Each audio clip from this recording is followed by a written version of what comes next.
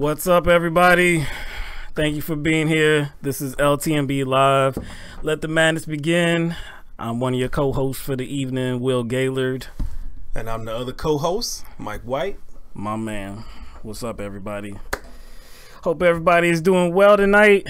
We have a full lineup, a lot to discuss.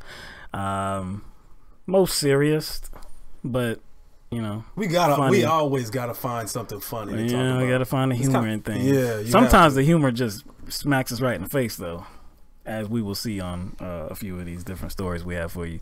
But we're gonna make sure that the stream is working, fine. You can hear us, you can see us fine. There might, I think we saw some kind of glitchiness right at front. What's up? Facebook's in the house as well. What's up, everybody? Thank you for being here.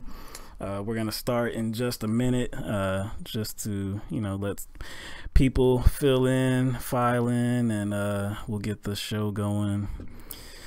What's going on, Redneck Economics? Moose Gal, Warren Fry. Glad y'all are here to join us tonight. What's going on, Lenore Morris on Facebook? How's everything going with you? Everything's good. All right. The sound is good. Video is good. You got a hand clap over there. Yeah.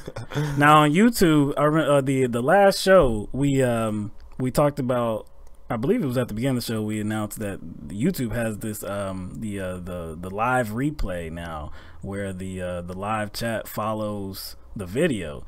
For some reason, we can't get that to work. So we've sought some assistance from YouTube and have not gotten any. Gotten more confusion about that. So we'll see if we can actually get that to work or not. Because that would be beneficial to see all the live chat. All right, just a few more seconds. What's up, Karen? What's up?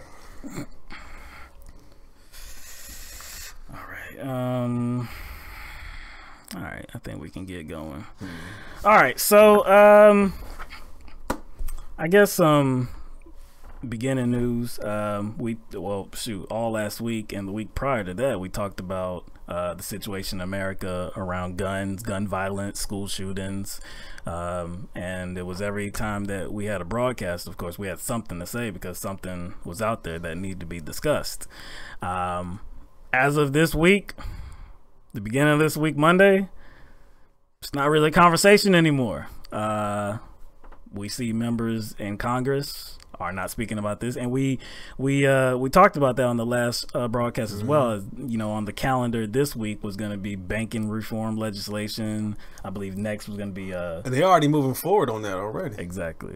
I think next is sex trafficking. I believe they're going to try to do something about that. So seems like the gun argument is done, as they're but like, I guess to them at least. To them, but again, we can blame them, but who else is gonna move on? The media is gonna move on too, and people move on. The people move on, but again, it's like if the media was kind of the initial backbone behind all the attention this topic was getting. That's right. If the conversation needs to go forth, and if what I'm saying, if the conversation still needs to go on, then why aren't they covering it still with the same kind of fervor? That's so true. It's partially on them too. You know what I'm saying? So we just can't hold Congress accountable here. You know what I'm saying? Because if we still want this topic to be relevant, then shouldn't the media? We heard from, I guess, a different segment of people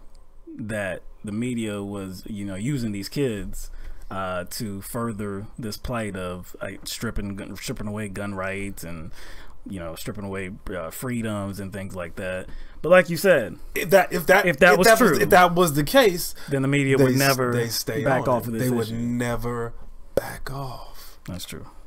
That's just a little bit of logic.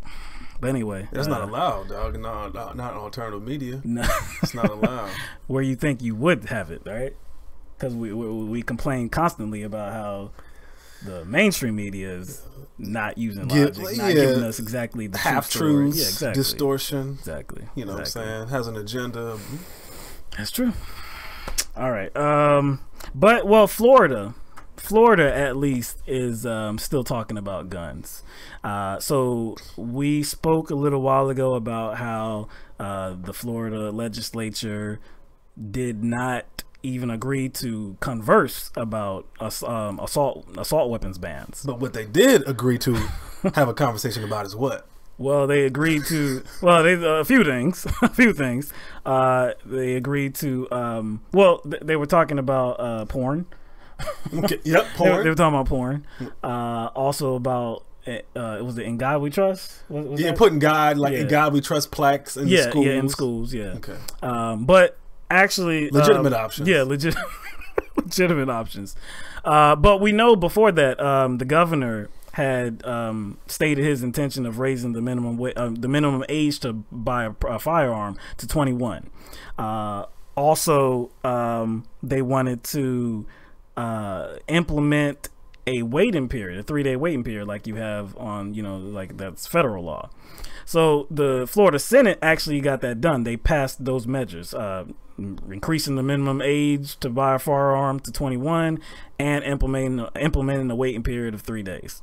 That was not something that I believe the House wanted, and the House is controlled by Republicans. So this bill is moving to the Republican controlled House. So we don't know how it's going to be voted on there.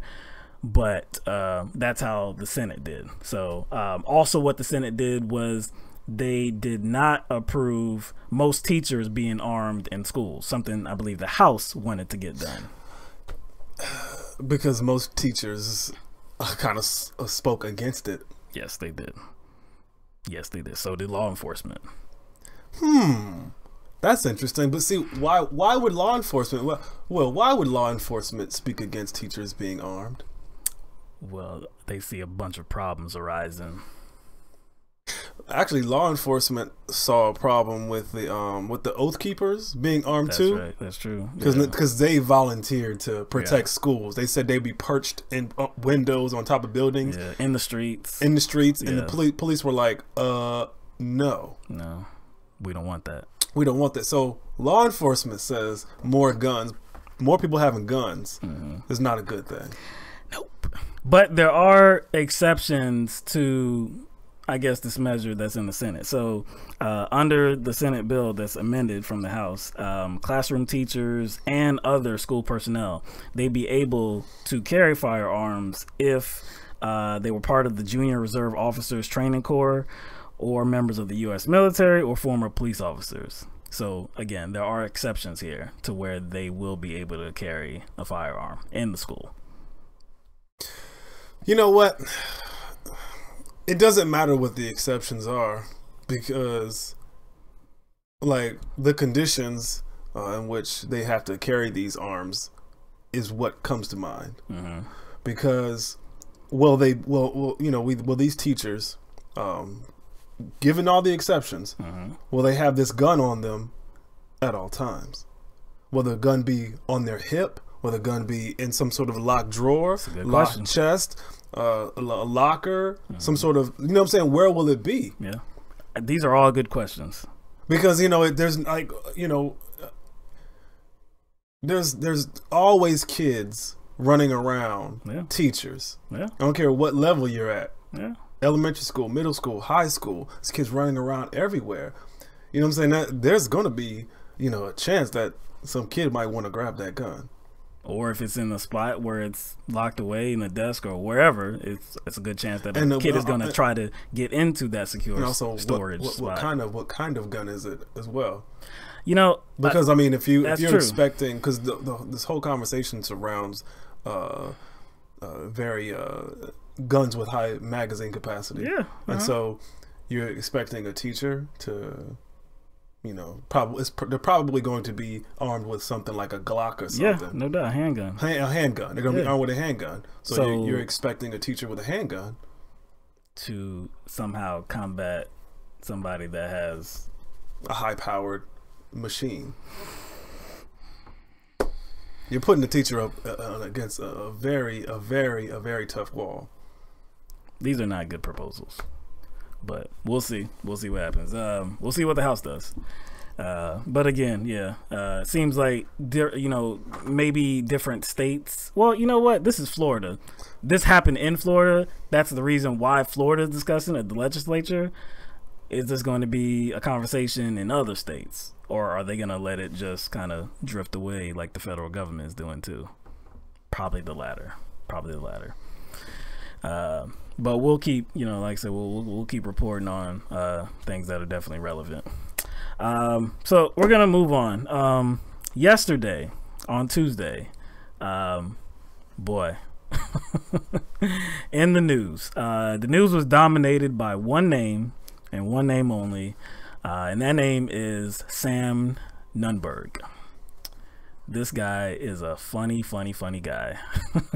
So Sam Nunberg is a former Trump campaign aide that was fired back in 2015. Actually, I believe he was with Trump from a very early beginning. What was his firing surrounding? Some sort of like him violating a non-disclosure agreement or something? Well, no, that was part of the a lawsuit. Oh, lawsuit. Yeah, he was actually fired because of some past social media posts where it was like some racist stuff. Right. He did that. That's why he was fired. He was fired, I believe, in August of 2015. But his name came up because of this Mueller investigation. So he has been subpoenaed to testify in front of the grand jury.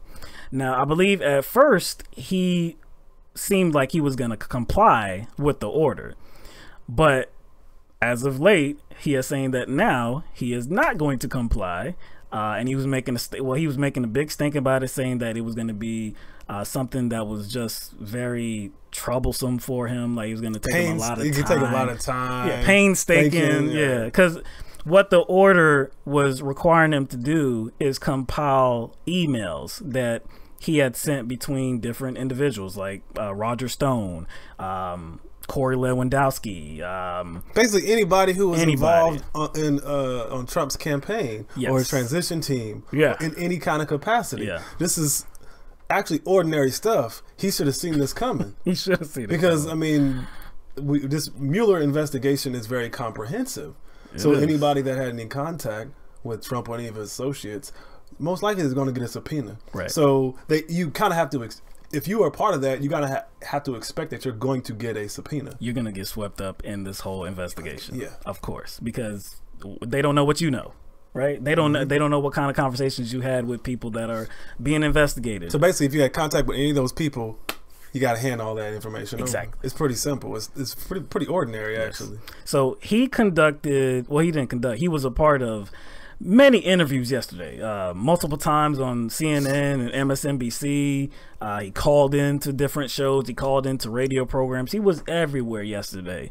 And every opportunity he got, he told everyone listening that he is not going to comply with this subpoena. So we have clips from just one program, and this is on MSNBC with Ari Melber. So we're gonna play this clip. Is just under 2 minutes, and then we're gonna come back and talk about it. And Facebook, y'all about to get some specials treatment. That's right. Y'all get the Facebook treatment.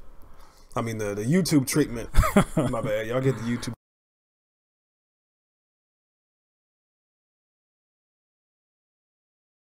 Please provide all documents related to the following individuals. Carter Page, never spoke to him. Okay? Never spoke to him. Corey Lewandowski, Hope Hicks. I didn't speak to them. They forced me out of the campaign. They pushed Roger out of the campaign. Keith Schiller? Keith is a friend of mine.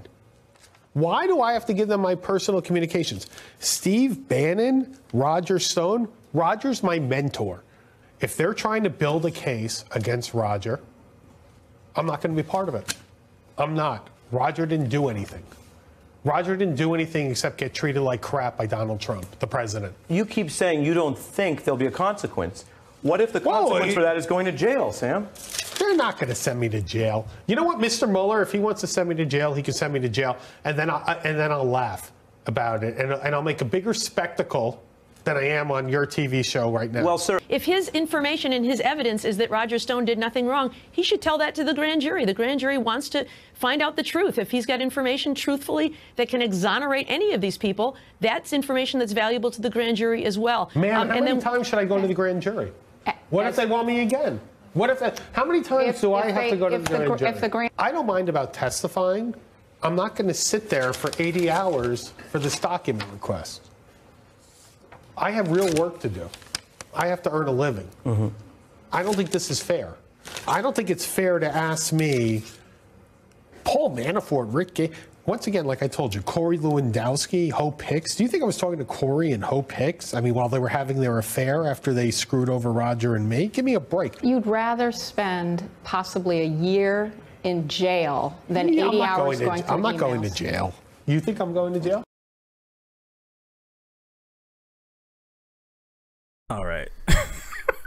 Yo, this dude is something else, yo. Like I told you before, like the first thing I thought, like, yo, this dude is coked up. Yo.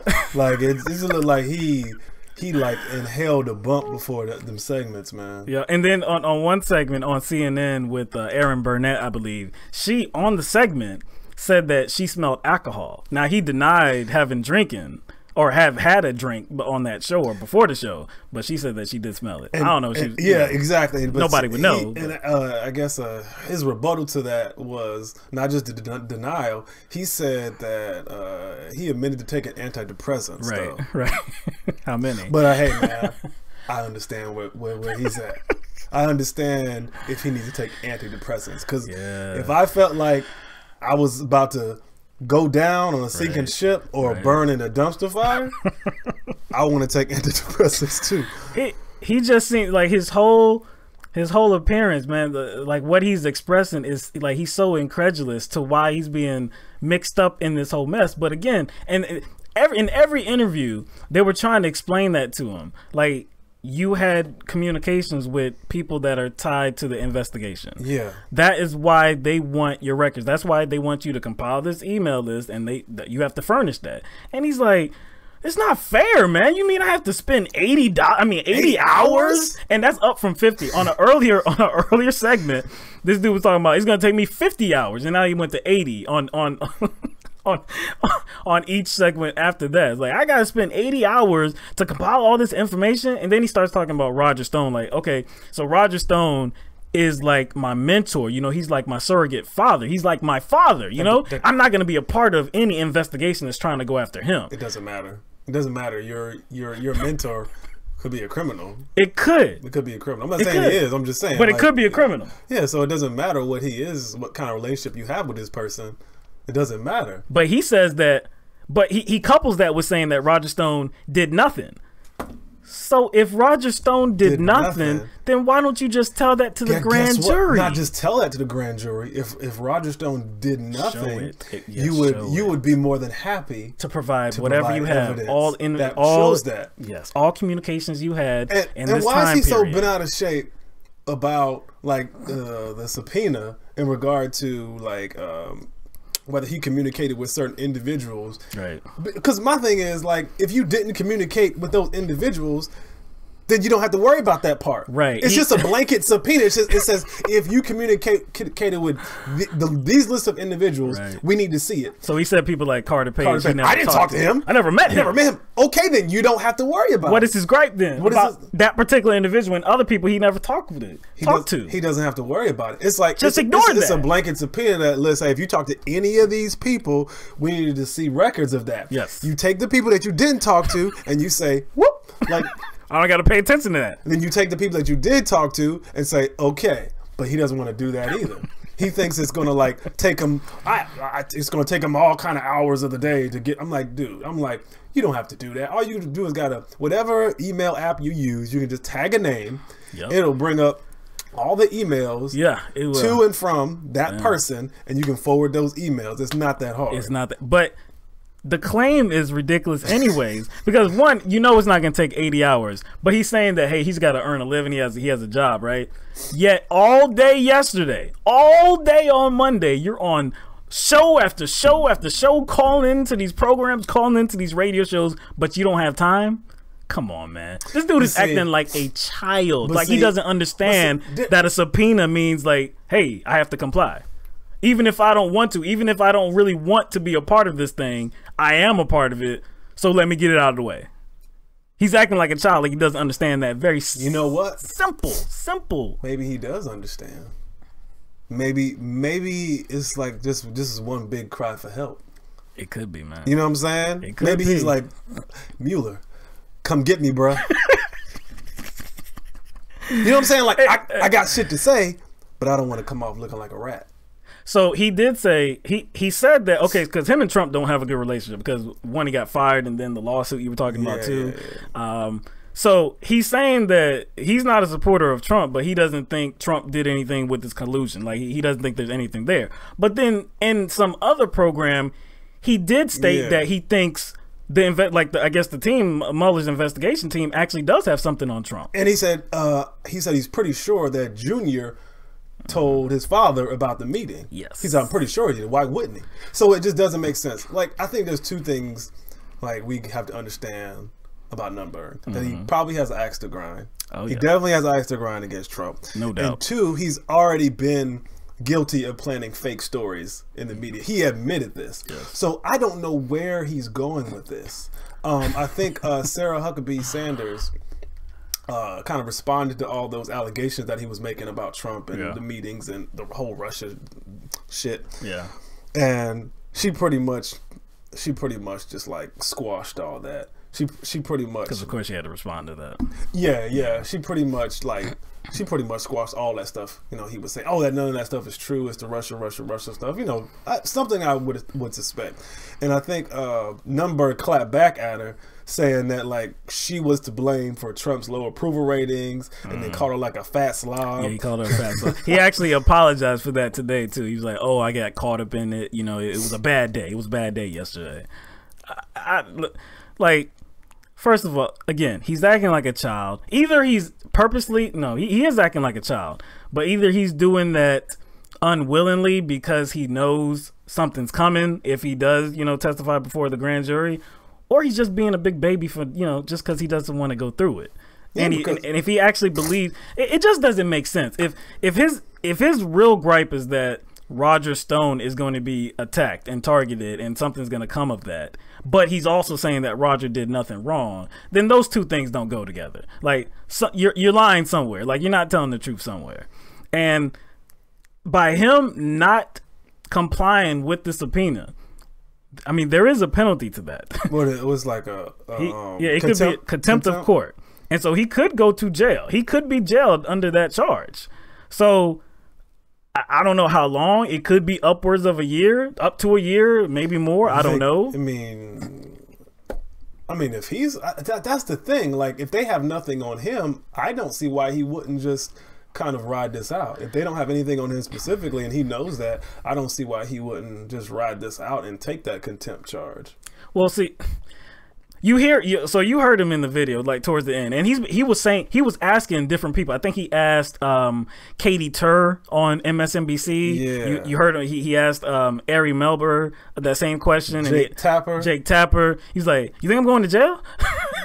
Like, so yeah, he's like, "What do you think Mueller's going to do to me?" Yeah, he's like, "I'm not going to jail. What, is Mueller going to do something?" It's like, he's weird. That's why I think he was on something, man. It's like a false boldness to him.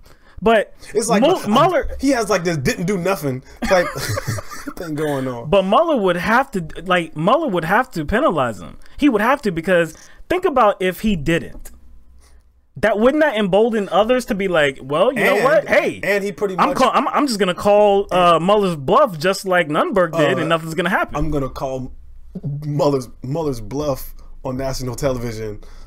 He even had 4 different interviews. This dude actually had the gall to say that he was going to bring the subpoena onto the program and rip it up on air. He didn't do that. Like I said, he didn't do that.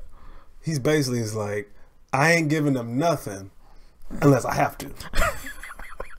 I'm telling you, it's a cry for help, man. Yo, I think he's putting himself out there so he doesn't look like he's going to Mueller, like, without being enticed. You know what I'm saying? If this is not the most obvious case of somebody that looks like they got something to hide, then I don't know what is, man. Like, he looks like he is running scared.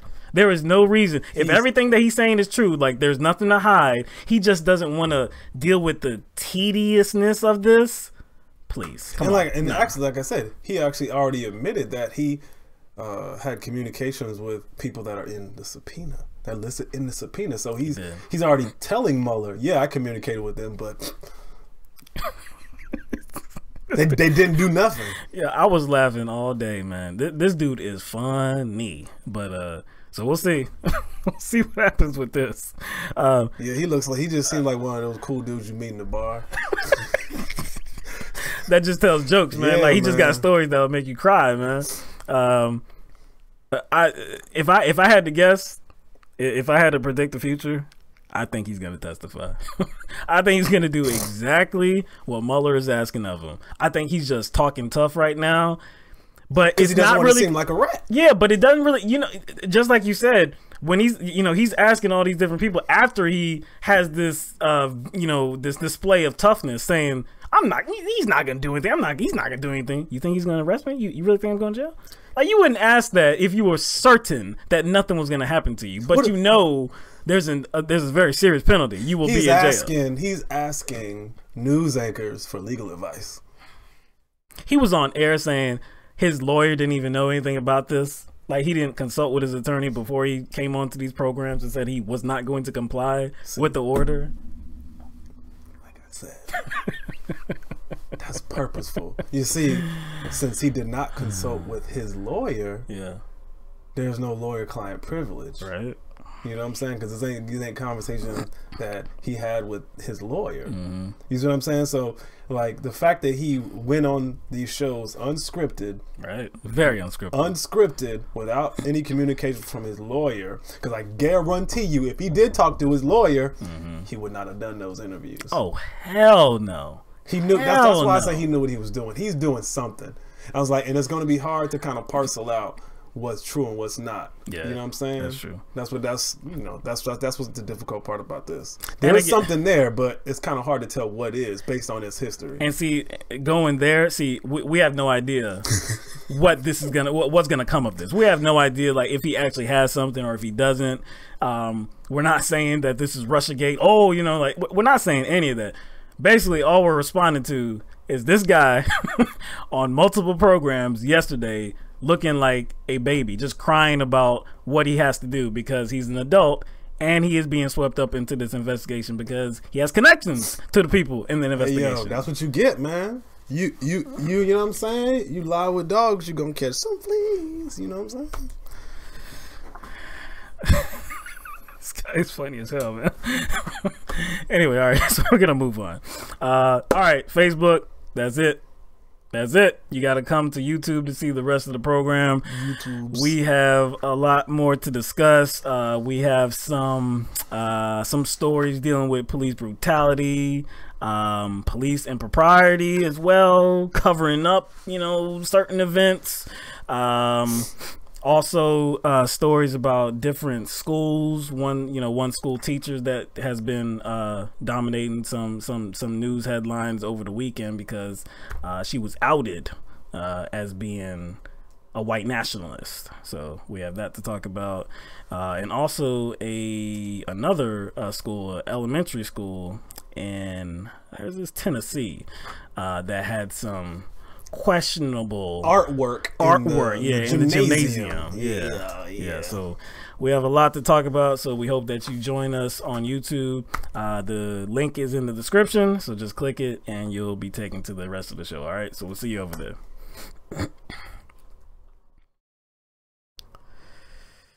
All right, so what should we get to first, man?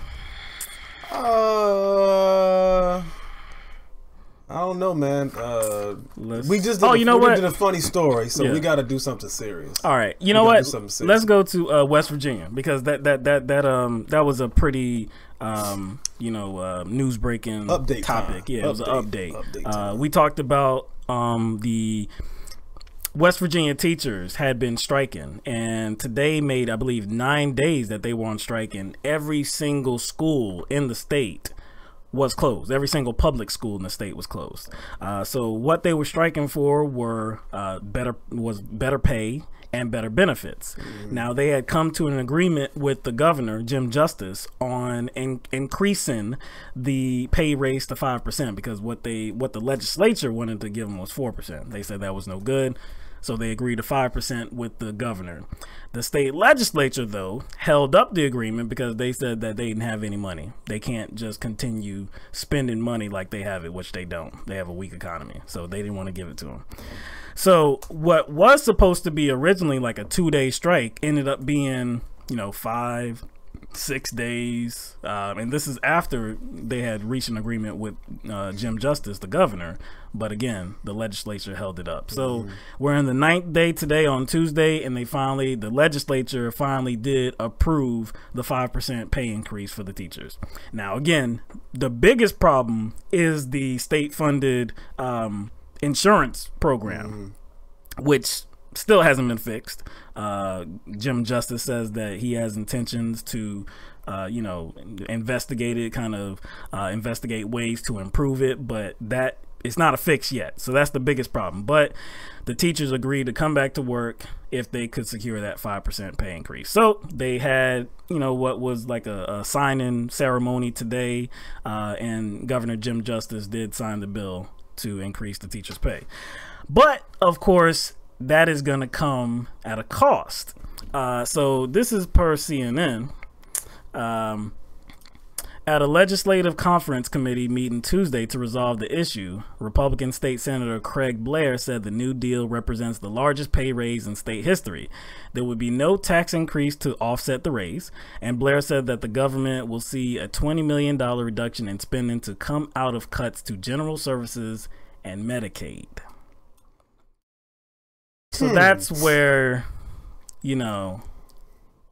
that's where the problem arises. So to fund the teachers' pay raise, you're gonna reduce spending in Medicaid? Why not just reduce the tax breaks that the corporations get in that state? I can't do that. No, that's going too far. You're out of your mind. You're out of your mind, Mike. These are the job creators. You're out of your mind. Actually, the job creators are the people that spend the money, which are the teachers. And the reason why, of course, well, we know they do have money, but let's just take that argument at face value. Of course, you're going to have to dig deep in your pockets for this raise when they hadn't gotten a raise since 2014. Right.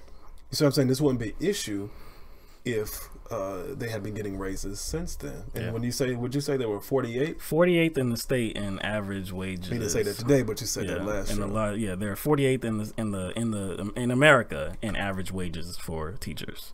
And I think it's I guess the teachers that are participating in this strike, just from the things I've read, they want to let everyone know that, hey, this is not just about pay. Right. And you mentioned the other important thing, which is the health care. Right. That's the most important. Which looking at the numbers, they said it's going to double. Yeah, it could double. It's going to double. Yeah, insurance premiums. Yeah, they could double. So what it looks like to me, reading that, it looks like the teachers are getting a 5% raise. It's still not going to put them anywhere near even average in America in average salaries. But their health care is bad. And what you're going to do is take from poor people's health care to make that even worse. That's what it looks like to me. Now, at this ceremony, at this sign-in event that Jim Justice was at, the governor, he fielded a question. I believe it was the first question that was given to him, that was asked of him, was on this issue. So I don't know if it was a reporter, but the question was, so to create this opportunity to pay these teachers, you're going to take money from Medicaid. So you're essentially going to strip away from people that can't afford health care. So you're the poorest people in West Virginia. So he's digging a hole to fill a hole. He said, so his answer was that absolutely not. His answer was that nobody that, is getting Medicare benefits or Medicaid benefits, I should say, is going to be negatively impacted by this. What he said was that there was a surplus, I believe, dating back to last year, I guess maybe ending the year, there was a surplus in funds in Medicaid. So I guess they didn't spend the allotted money that was, that is allotted to Medicaid. So he said that nobody will be negatively impacted. What they're going to do is just reduce spending, whatever that means. They're going to reduce spending, but that will not lead to somebody, being denied coverage. But so wait, services. There was a surplus. They just magically found out of nowhere after they claimed they looked high and low for funds. After they claimed they looked under every rock in every tree for some money. Yes. They claim if there was a surplus, he would know about it. And mind you, the legislature held up this agreement because they said they had no funds. 4 days later, all of a sudden they found funds a surplus that was just sitting there. A surplus. It was a surplus that was just sitting there that was unused. It was a surplus from Medicaid. Doesn't sound accurate. It just doesn't sound right. Sounds like BS to me. So I'm sure that the people in West Virginia are going to be following this, especially those who benefit from Medicaid services. No doubt. If what he said was true and nobody will be negatively impacted, they actually have a surplus. And hey, he said no way. He said absolutely not. He will not allow that to happen. Hey, okay, that's his word, right? He said that very publicly, so we will see. We will see if he's telling the truth or not. So let's go to another school. Another school teacher. Diana, or how do you say her name? Is it Diana? It's probably Diana. Diana? Diana? It could be Diana or Diana. I don't know. I just call her Ku Klux Klanette. Ku Klux Klanette. That's what I call her. So a Grand Wizard sighting. Diana Volatich is a social studies. All right, let me start over. Diana Volatich is a social studies teacher at Crystal River Middle School in Crystal River, Florida. Recently, she was outed as a white nationalist. Now, this is coming from Huffington Post. So it seems as though Volatich had a podcast, but it was under a different name. It was under the name of Tiana Dalikov. So in this podcast, which is named Unapologetic, she was the voice behind some very white nationalist rhetoric, some very anti-Semitic things as well. She even had a Twitter account that was, under this alias, Tiana Dalikov. So again, Huffington Post broke the story and outed her. And in her podcast, which I believe have been removed now, even the Twitter account that she had, I believe has been deleted. She tried to scrub everything. Yeah, she tried to scrub it. But she claims she's unapologetic. Well, that was the title of the show. But obviously. Yeah. Doesn't seem like she is, yeah. So anyway, what's been reported as, some of these podcasts that she had, been put out there, she had said things like, what things did she say, man? She said things. Well, actually, okay. So she's saying that this whole story is nonsense. She actually attributed it to political satire and exaggeration. So she said that what she put out there on the podcast was just her just trying to get clicks or views or listeners. Yeah, she was saying like Nigerians and the difference between the IQs and Nigerians and Swedish people. Yeah, she said there are different races have higher IQs than other races, and it's been proven in this and that, and some Holocaust myths that she has put out there as well. She says disparaging things, said some disparaging things about Muslims. Yes, she has. But again, she said it was all political satire and exaggeration. Now, in the podcast, she also said how, I don't know who it was a school official that came to her about the program. So obviously somebody knew something about it, and they asked her if there was going to be a problem. Like, do we have a problem with it? And she said no. And then on the podcast, she was saying, and she believed me. So if this is fake stuff that she's putting out there, she's just exaggerating. This is all about comedy, you know, just you know, going over the line just for views, just for listeners. If this was not real, not authentic, then why are you sharing things that like actually happened? You're talking about events that actually happened at the school that you teach at. So I don't understand how you're now claiming that it's not real. One parent that has a daughter that's in her class said that, I believe they were talking about the civil rights movement, and that the teacher, Volatich, suggested that segregation was a good thing. Yeah, she bragged, and again, she bragged on the show about bringing her views into the classroom. Yes. Yes. So if it's just satire, then I guess those complaints were satirical too. You know what I'm saying? I guess they were in on it. I guess the student that went to their parent with that issue, right. I guess that was a satirical complaint. That was a real complaint. Right. So obviously the show is not satirical if she's actually bringing those views in, which again she bragged about on the podcast. But she was exaggerating. Everything that she said discussed on the podcast was actually not real. Even though there are some school districts that will fire teachers if they are photographed like in a bar or drinking alcohol. If they have a bikini on. There's some districts that do that. Yeah. No doubt. They don't use that. They don't say, well, that was satire. I was exaggerating.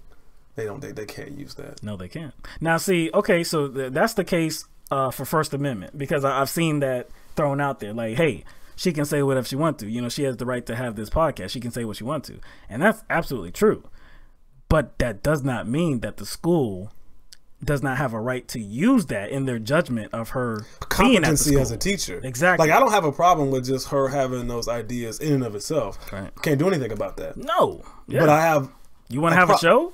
Sure. Have listeners? Go ahead. I have no problem with that. No problem. I may have a problem with like the things like the whatever she thinks are facts. Yeah. That's a different. But her having those beliefs, fine, do that. Have your radio show. Right. Have a podcast. I have a problem with her teaching while having those beliefs. And it coming out, and it's obviously has impacted her teaching ability. So that's why it's not a free speech issue, because it's impacting her ability to teach. And also, I don't understand. The article listed the demographics of the school. It was like 90% white, right? Yeah. So what's her beef? This is a 90% white school. What's her damn beef? I don't know, man. You know what I'm saying? Exactly. But see, I'm more concerned with how does her worldview affect her students? How does that affect how she might engage with her non-white students and how she perceives them? And was this in Florida? This was in Florida. Oh, yeah, Florida. Yeah. Wonder if she was one of those gun adept teachers that Trump was referring to. So this case shows you that you don't know what these teachers are into in their personal lives. You have no idea. The shooting in Georgia where the teacher shot through the window. We discussed that last week, right? Obviously had some problems, and it was actually, and it dated back to 2016. I don't think we discussed that on the show, but in 2016 he confessed to the police that he had gotten, I believe, 2 of his friends to murder somebody. The police couldn't find anything to prove that was actually accurate. So I believe they like sent him to like psychiatric treatment or something like that. So, but they couldn't charge him with anything because it didn't seem like it was true. So he had problems, right? So again, you don't know who these teachers are outside of their actual, work experiences. You don't know who you're giving a gun to. This is, I mean, it's a horrible idea. She actually had she had a proverbial gun to me, and the fact that how she was teaching. Yeah, the information she was disseminating to her students. She was a social studies teacher, dude. That's the worst. That's the worst. You're presenting information as fact because you know history. You're supposed to know history. So these students are taking this information as fact. I mean, we suppose. Dangerous, man. Dangerous. Again, you know, she's allowed to have her opinion. She's allowed to share that opinion on whatever medium allows it. But just like in different companies, different organizations, we see that with sports all the time. In the NFL, NBA, you know, let's say somebody gets arrested. There's a penalty, right? You get arrested too many times, they may throw you out the league, right? Because they don't want that tied to their name. They don't want that tied to their business. So the same thing with this school. Like, your beliefs are fine for you as an individual, but when you have them and you're supposed to be teaching the students, and you have made statements that have said that you have taught your white nationalist viewpoint to your students, no, you gotta go. Yo, dog, some of these doggone tweets are crazy, dog. Some of these tweets are crazy. What does having compassion have to do with the fact that systematic racism and white privilege aren't real? Question mark. Like, for real, dog? White privilege, question mark, prove to me that it exists. Show me statistics that prove whites benefit economically solely because of their race, period. Yeah. This is part of teaching social studies. Social studies. Again, like, I have no problem with her right to have a viewpoint, but this is the wrong forum to be disseminating that information. And if you are really adamant about it being, you know, political satire and what did she say? Political satire and exaggeration. If that's real, then you were just extremely stupid. Like, you were extremely stupid, because nobody's going to believe you. You brought the real world into your show. Nobody's going to believe that you were actually being phony about what you were spreading on your podcast. Because exactly. Nobody in their right mind would believe that. Because actually, exaggeration. These are commonly held things, like commonly held beliefs by white nationalists and white supremacists and racists. These are commonly held beliefs. These are not exaggerations. No. Like, these aren't exaggerations of anything. These are like commonly held beliefs. This is not anything special. It's not like she said, like my microphone talked to me last night. Really? Like, okay, that's comedic. That's if crazy. This is satire. If she's calling this satire, like, come on, that means she's ripping off everybody else. True, because everybody is taking it as real information. Like, this is your real viewpoint. They're not taking it as you're trying to be funny. But so, even if you use that as excuse, I'm trying to figure out what's funny about it. Yeah, like, where's the joke? Yeah, where's the haha? I don't know, and she hasn't said either. She hasn't said. Where's the punchline in all this thing? See, when you're really unapologetic, you don't call what you believe satire or exaggeration or jokes if you're truly unapologetic.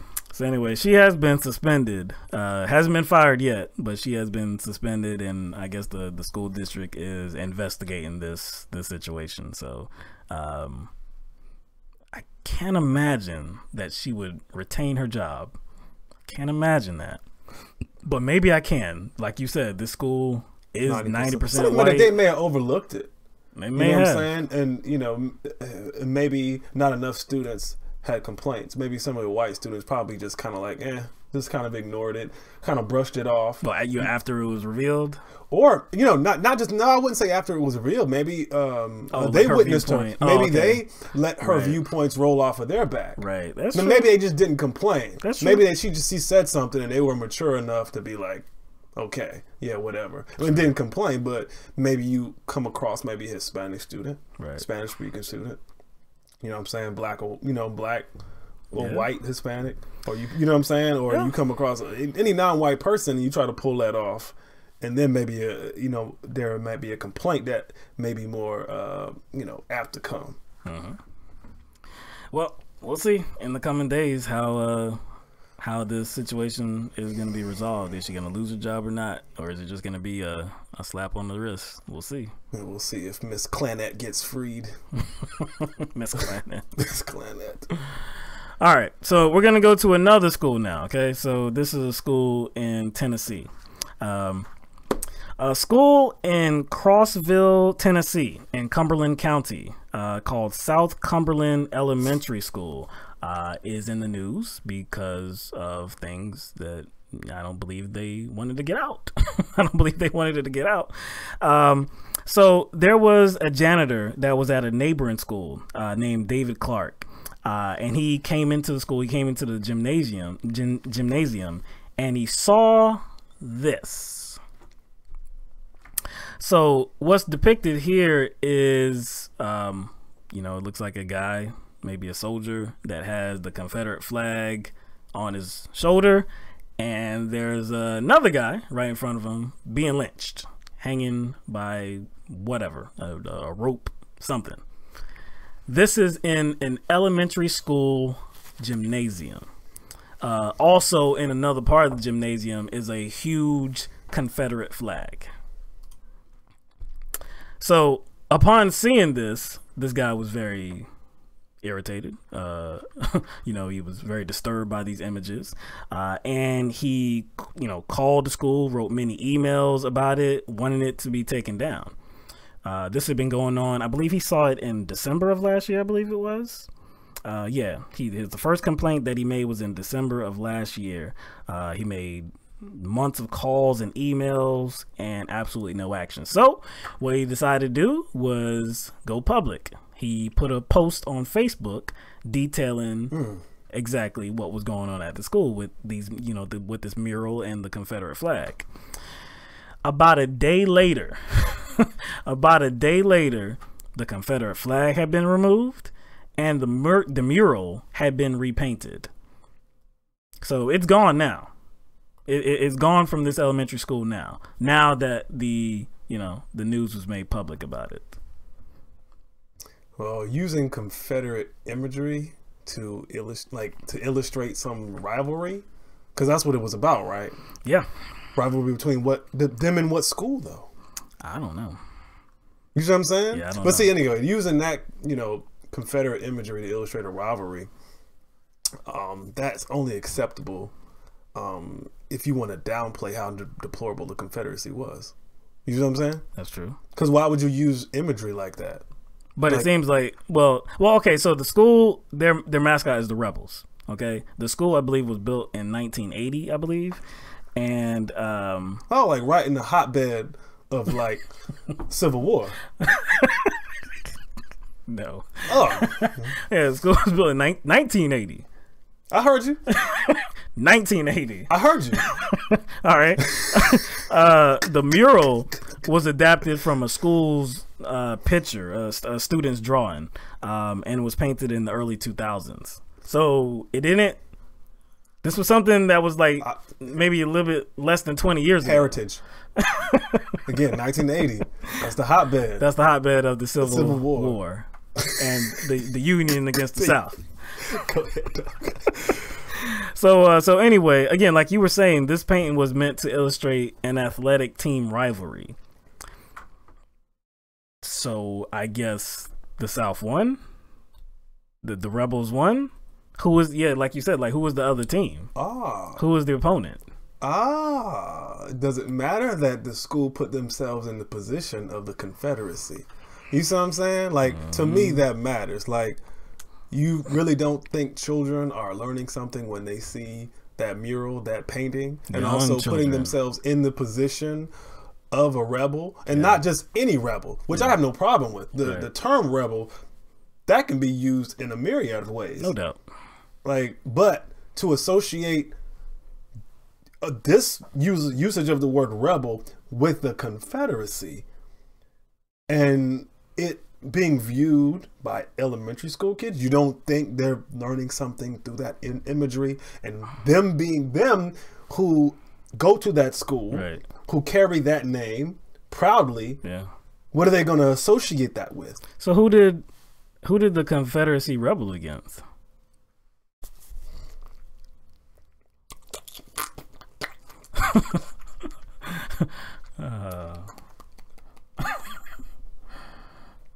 They'll learn about that later. Yeah. Oh, and they'll learn about that later, and it will come to. It'll come. They'll all come together. It'll all come together, and they'll be like, "Aha, aha, okay."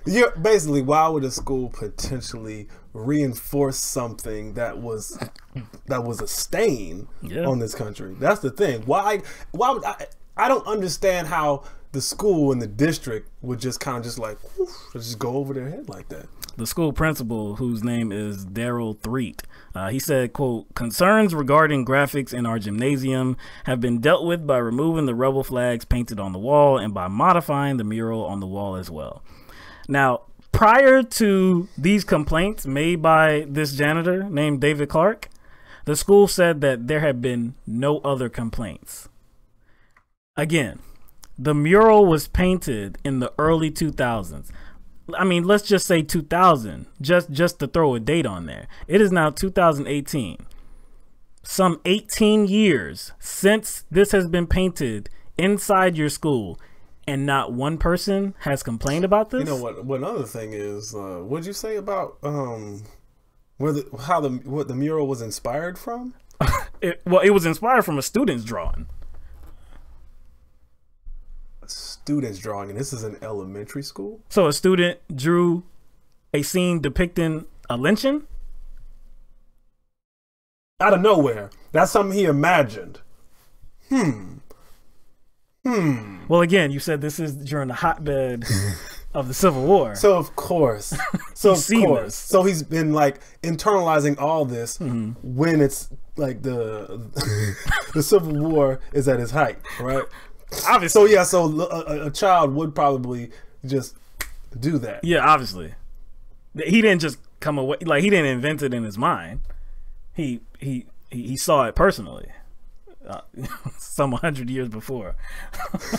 Like I said, it's crazy. But you know what? So just taking that as fact, like that there have been no prior complaints before 2017, the end of 2017, I said, okay, how could that actually be, right? How could that actually happen? So then I started to investigate a little bit, right? And it just like, you know, when you hear these stories, certain things always pop into my head about the demographics. They always pop into my head, like, how could that actually happen, right?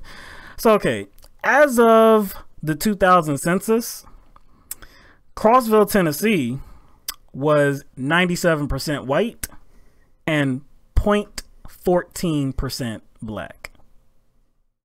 0.14%. Now, this is of about 9,000 people in the city, Crossville, Tennessee. Do you know what 0.14% of 9,000 is? It's like 12 people. 12 like, just like 12 people.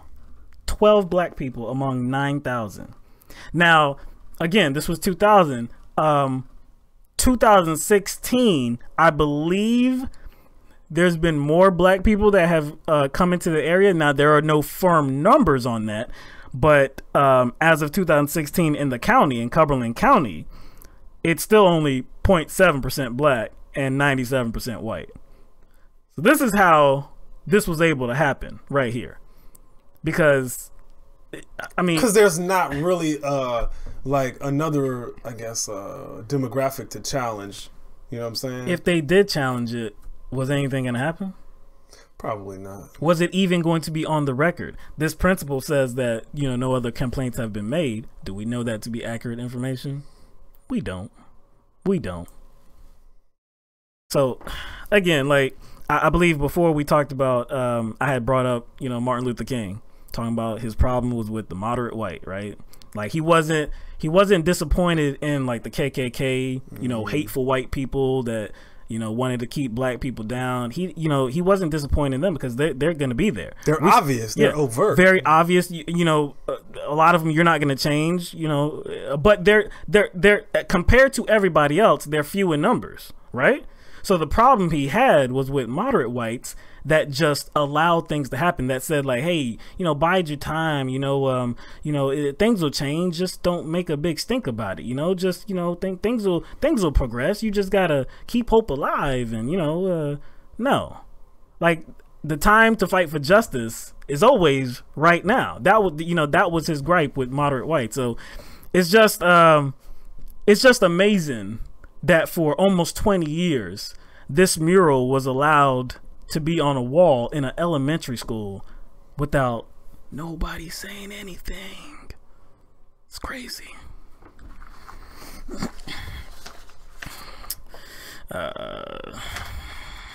All right, where do you want to go now? Let's go. All right, let's go to Alex Azar. Alex Azar. Alex Azar? Yeah. Azar. So, on Friday, the United States Health and Human Services Secretary Alex Azar was at a press conference in Ohio, where he was addressing concerns about the opioid epidemic, and he made some very notable comments. Somebody asked about how medical marijuana might potentially play a part in curtailing some of the harmful opioid addiction. Azar responded, quote, "There really is no such thing as medical marijuana," end quote. Well, I think we know where he stands. He just told you. There is no such thing as medical marijuana. Haven't states passed laws that permit medical marijuana? So what the hell is he talking about? Because he wants, well, he's seeking investment in something else, and that's in the opioid crisis. Right. You know what I'm saying? Right. That's where his backing is right now, in the opioid crisis, and like pharmaceutical companies that are going to get, let's say, I guess, priority in regard to research and patents in regard to opioids. He explained later, going into your point, he said, quote, "We are devoting hundreds and hundreds of millions of dollars of research at our National Institutes of Health as part of the historic $13 billion opioid and serious mental illness program that the President and Congress are funding. Over $750 million just in 2019 alone is going to be dedicated towards the National Institutes of Health, working in public-private partnership to try and develop the next generation of pain therapies that are not opioids." So, just like you said, they want to go in a different direction, but something that will be advantageous. Something advantageous to the pharmaceutical big companies. pharma. Yeah, no doubt, no doubt. So he has to kind of set it up to where, like, there's no use for medical marijuana, but here's where our attention is going to go. Right. Not only is there no use for medical marijuana, there is no such thing as medical marijuana. So he explained that after he said that. He said, there is no FDA approved use of marijuana, a botanical plant. I just want to be very clear about that. So, so he's saying that the FDA has not approved use of medical marijuana, so therefore there is no such thing as medical marijuana. It's still a Schedule I drug, no medicinal use. But again, all that money that's going into, you know, research for opioid addiction medication, couldn't some of that money be devoted towards the research? Well, continued research. Continued research, because there is research that's been done. It's just been not universally approved. So, okay, so I'm glad you brought that up. I'm glad you brought that up. There are many studies indicating that cannabis can someday pain relief. Can take the place of opioids in treating pain, right? So these studies have said that, yes, that seems to be the case, but, you know, of course we need some more research. We need to do more research, but it seems like there is one entity that is ignoring science. Seems to be that entity is the federal government that is ignoring science, and they don't want to put any money towards actually proving that case. And how much did you say is going to how much did you say? Let's see, $13 billion for opioid and serious mental illness programs. Just over 750 million alone in 2019. So they have enough money. You think? You think? But see, again, like you said, but it would actually be it'd be kind of funny, because they'd essentially be, I guess, counteracting the failed drug war. Yes, they would. Why would you allocate money to researching use of marijuana and cannabis if we currently have laws that bar people from using it and selling it? You know how many people would not be in jail because of that? You know how many people would not be in jail if it was legal? That would be so. It would be backwards though. We couldn't. It would be a huge contradiction to have any books, any law on the books banning the use or sale of marijuana if any federal dollars were devoted towards research. So okay, so they're just protecting their investment and locking people up. No. Yeah, you said that like it was a question. You said that to me like it was a question. But you know, I was thinking about that too, and we always, you know, we've talked about, you know, cannabis a multitude of times, and we know it's about the pharmaceutical industry, and you know, it's about money. You know, that they're as long as they haven't found out a way to where they can turn a serious profit, then they're not going to be behind it, right? Now, in different states, I believe the last state that legalized marijuana, what was that? Was it New Hampshire or was it Vermont? Vermont, yeah. So Vermont, you can have a different number of plants, right? You can have a different number of plants, and like different size, like 4 adult or 2 baby ones. I can't remember like the. It was like 3 adult and 2 baby plants or something. Right. Now, again, these are plants, right? So people would be able to grow these plants as well, right? See, how are the pharmaceutical companies going to make money off of that? Well, it's not just that; it's more or less like what they can make more money off of. Oh yeah, and that's kind of opioid research, because all that's going to be developed in a lab, which most people don't have. Man. Most people don't have access to. But I want to ask you a question. Okay. Does Alex have any like connections or ties to Big Pharma in any way? The Alex Azar that we're talking about? This Alex, the current United States Health and Human Services Secretary? Yes, sir. Does he have any connections to Big Pharma? Yeah. Yes, he does. Yes, he does. So Azar previously served as the president of the pharmaceutical company, which I believe everybody has heard of, Eli Lilly. The president of a pharmaceutical company is saying that there is no medical marijuana. You think that's like some sort of like a biased kind of perspective? You think that's kind of a bias? Probably. You think so? Yes. So basically, we'll go out on a limb and say yes. So basically, it's another person that has a position in our government has a conflict of interest. No doubt, man. No doubt. There is one, you know, that's why he's in this role. That's one. And 2, he will continue to have this position because that's the administration's position. And I'm sure those connections that he had to Eli Lilly, he still has. Oh, no doubt. And you know what? Once he's out of his position, he's going to get a hefty bonus. He's going to be either a lobbyist or he's going to go back. Oh, you know, because I was just going to ask you, do you think it's possible that he may re-enter the pharmaceutical industry? Do you think that's possible? No, we was right here. I didn't even know you was going to ask me that. I didn't even know you was going to ask me that, man. No such thing as medical marijuana, man. And you know what? There's actually no such thing as conflict of interest either. There's only a conflict of interest when you're ethical. Yeah, that's true. You see what I'm saying? That's very true. They only have interests. That's true. You know what I'm saying? I don't think they're conflicted at all. I think obviously they're not conflicted. Now the job they're supposed to do, they're conflicted with. Right. But honestly, I don't think they got the job to operate with any kind of integrity. So I don't think they're conflicted at all. They just have certain interests they know they're, supposed to uphold. Well, he told you exactly why there's not a conflict of interest, because it doesn't exist. Medical marijuana does not exist.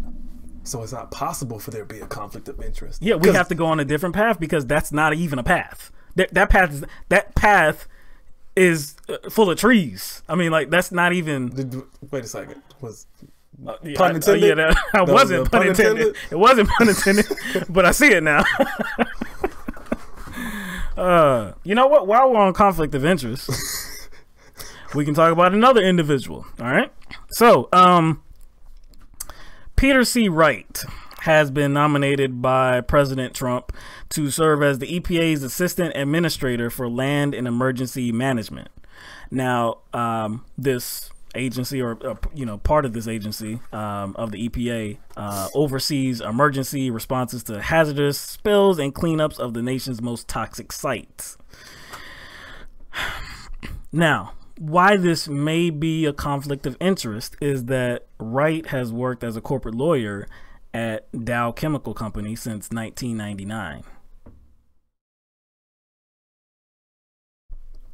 Do you think that's a conflict of interest? It's only a conflict of interest if, like, bad chemicals or chemicals that harm, humans don't exist. Which they do. Or no, I mean, if they exist, my bad. If they exist. Yeah, if there's chemicals, you know what I'm saying? If they don't exist, then if they don't exist, then there's no conflict of interest. Yes. So, but since they do, there is. But see, he may have the same perspective as your boy Azar. Okay. They don't exist. They don't exist. Chemicals that harm humans and are detrimental to humans don't exist. Then why do spills have to be cleaned up?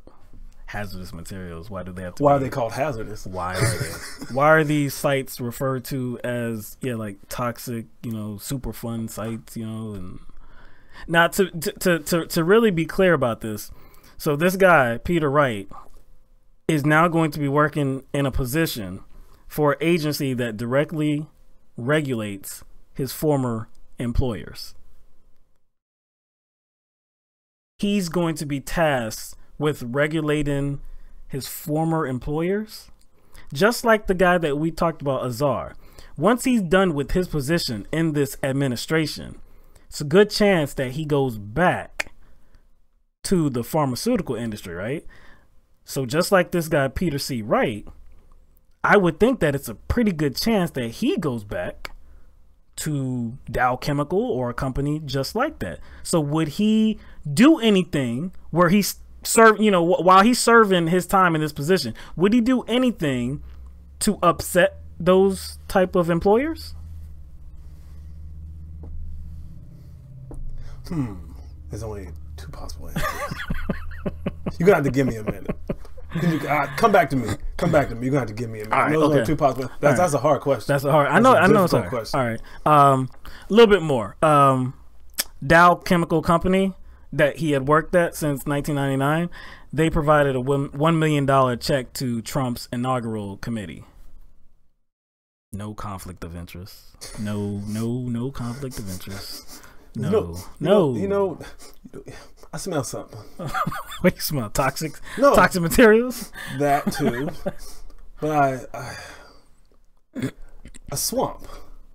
I smell a swamp. Oh. Yeah. Yeah? I smell a swamp. I wasn't. You know what I'm saying? So what you're getting at is Trump's claim that he was gonna drain the swamp.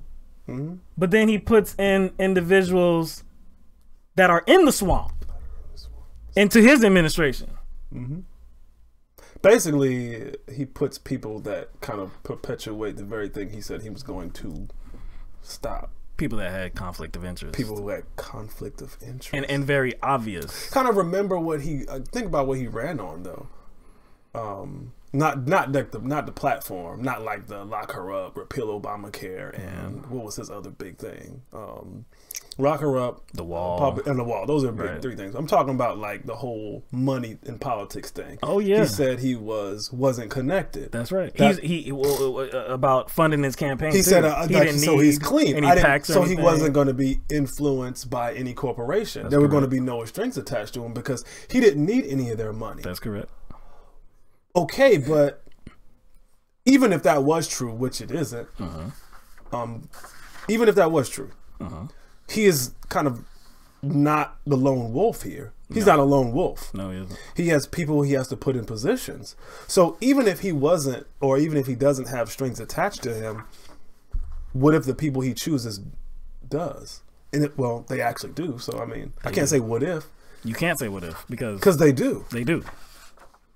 So if they have strings attached to them, it doesn't matter what Trump says about himself and how he funded his campaign and how he's not going to be influenced by corporations, because the people he's choosing obviously do.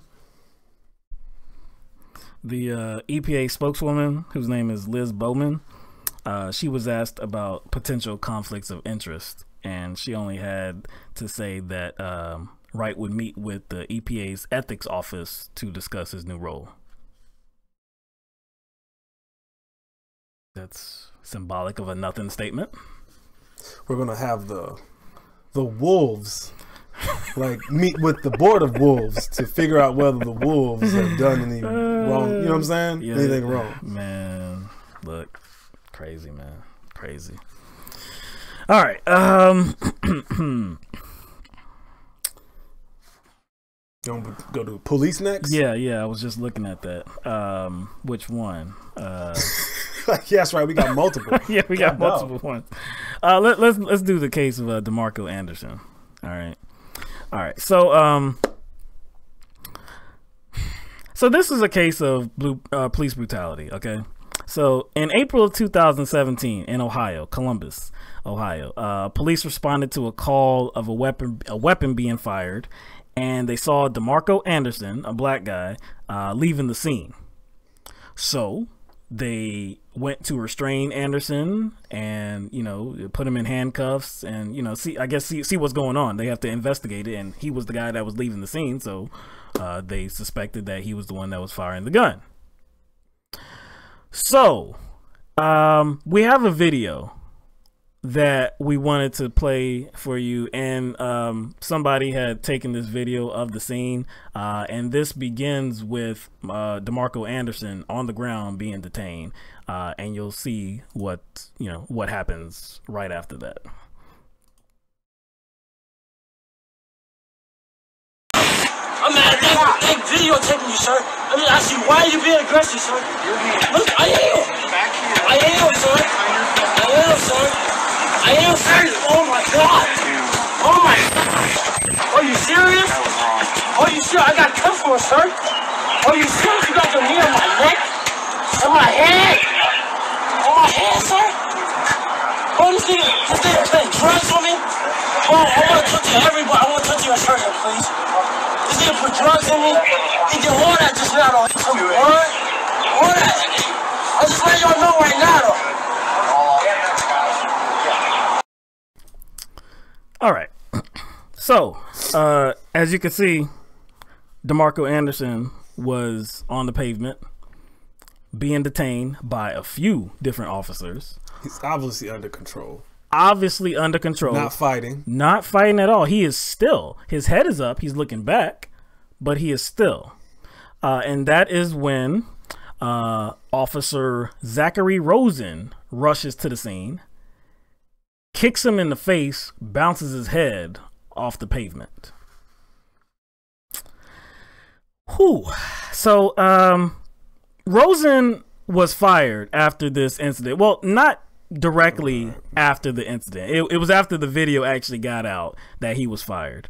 Now, Rosen told investigators that he was scared that Anderson still had a gun on him. Because of course they were called to the scene because somebody shot a gun, and Anderson was fleeing from the scene, so that's why they detained him. So he was scared, in fear of his life, that Anderson still had a weapon on him. That's why he rushed to the scene, and he said that he stomped once on Anderson's left shoulder. Well, that's completely false, because he stepped on his head and bounced it off the pavement. Okay, but why does it's like he's admitting to something lesser even though it's wrong? Yes. Like the shoulder, it may I guess still have been wrong. It might it may be less I wouldn't say less brutal. Well, it would have been less. Head is definitely more brutal than a shoulder. Yeah. But he's trying to admit to something lesser, just to try to justify what he did. Right. And then he also told investigators that at the time Anderson was not secured in handcuffs yet. That was a lie as well, because Anderson was secured in handcuffs. He was not moving, and there were multiple officers on the scene. Okay, let's just say he really thought Anderson still had a gun. Mm-hmm. Even if that's true, he's handcuffed and can't get to it. Okay, there's another part to that as well. Mm-hmm. Okay, so if he actually believed that Anderson was in possession of a gun, then after kicking him, why didn't you go and try to confiscate this supposed weapon? All he did was just stand around at that time. He didn't go and try to recover this supposed gun. He didn't do anything just but stand there and just walk around. You saw him right in the left hand of that video, not doing anything. But what if this was like a pressing need? Oh my gosh, he has a gun. We gotta go get it. Then why not get it? He didn't do anything. You see how quickly he already created a narrative and a story to justify his actions. You see how quickly that switch went on. We always see that. He doesn't like explanation. He doesn't go into the mode he should. Like, damn, how can I not do this ever again? Right. Like why don't I just say, okay, I'm not going to do that again. That was my bad. I used excessive force. Right. But he goes into creating this other story to justify.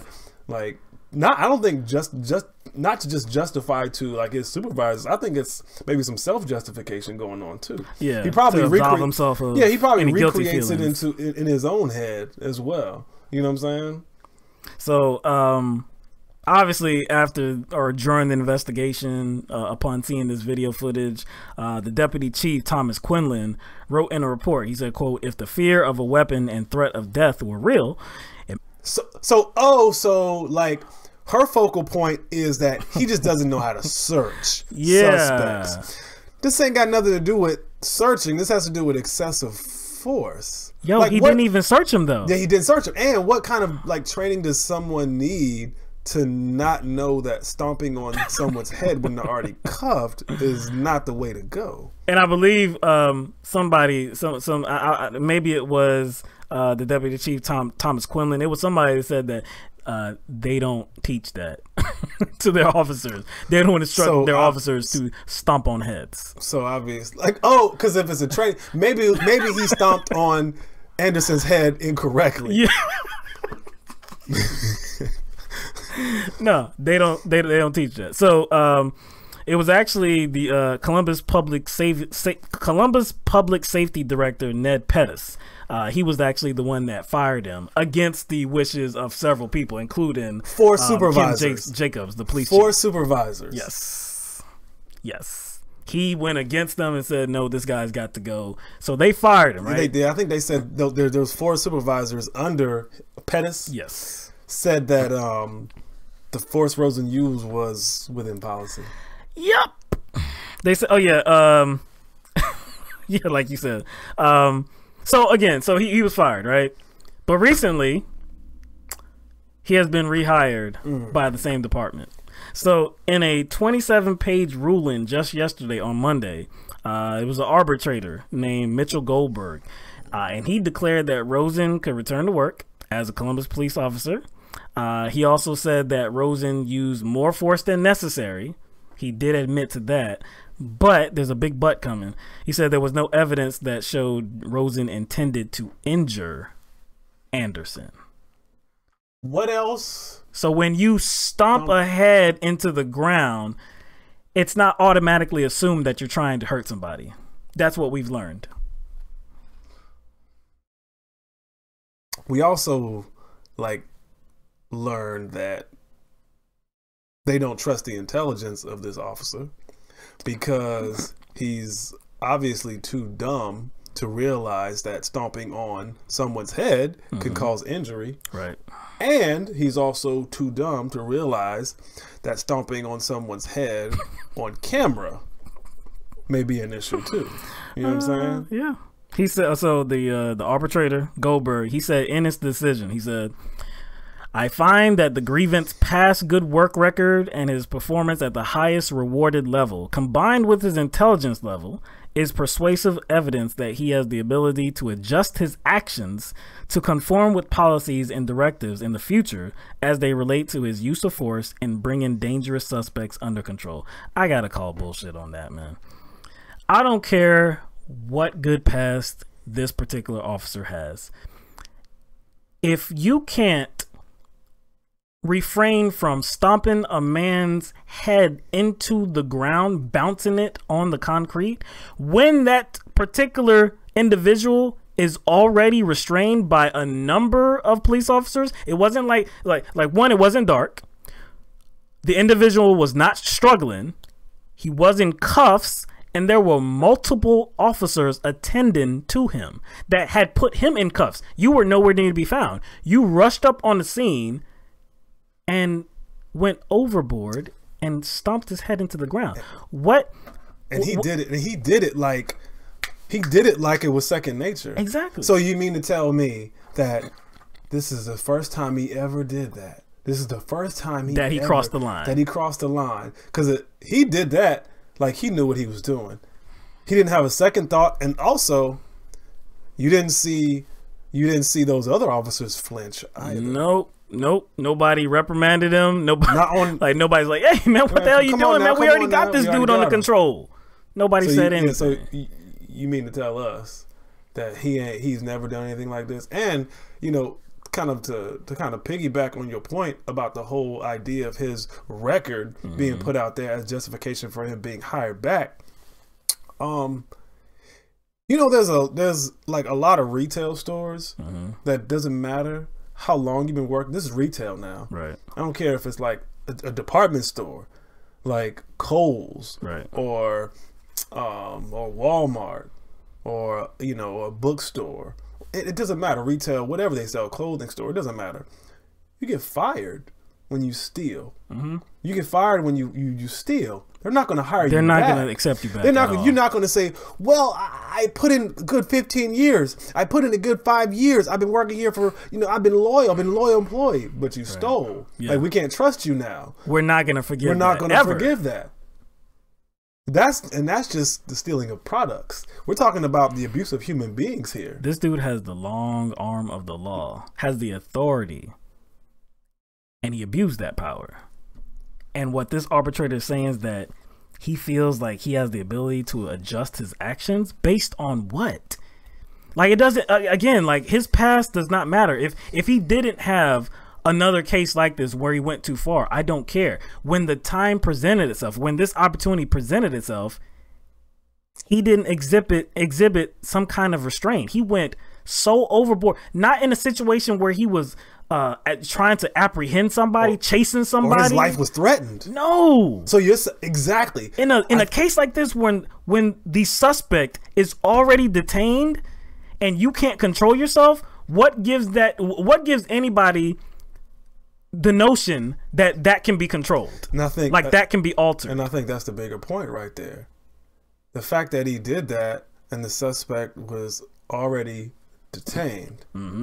So if those are his actions, when a suspect is handcuffed, detained, and not a threat, not a threat at all, and he can't even he can't even make the right decision in that moment, I'm curious as to what his actions would be in a intense situation where maybe his life is under threat for real. That's right. Or a situation where his life is potentially under threat, and he has to judge the threat level, and he has to kind of make a judgment about what kind of force to use based on how much his life is threatened. Wouldn't you have to take that into consideration? Like, maybe this particular officer wouldn't just put whoever he's trying to apprehend's life at risk. He might put others at risk too.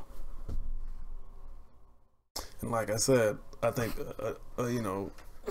another issue I saw was on the scene, nobody said anything to him. Nobody said nothing.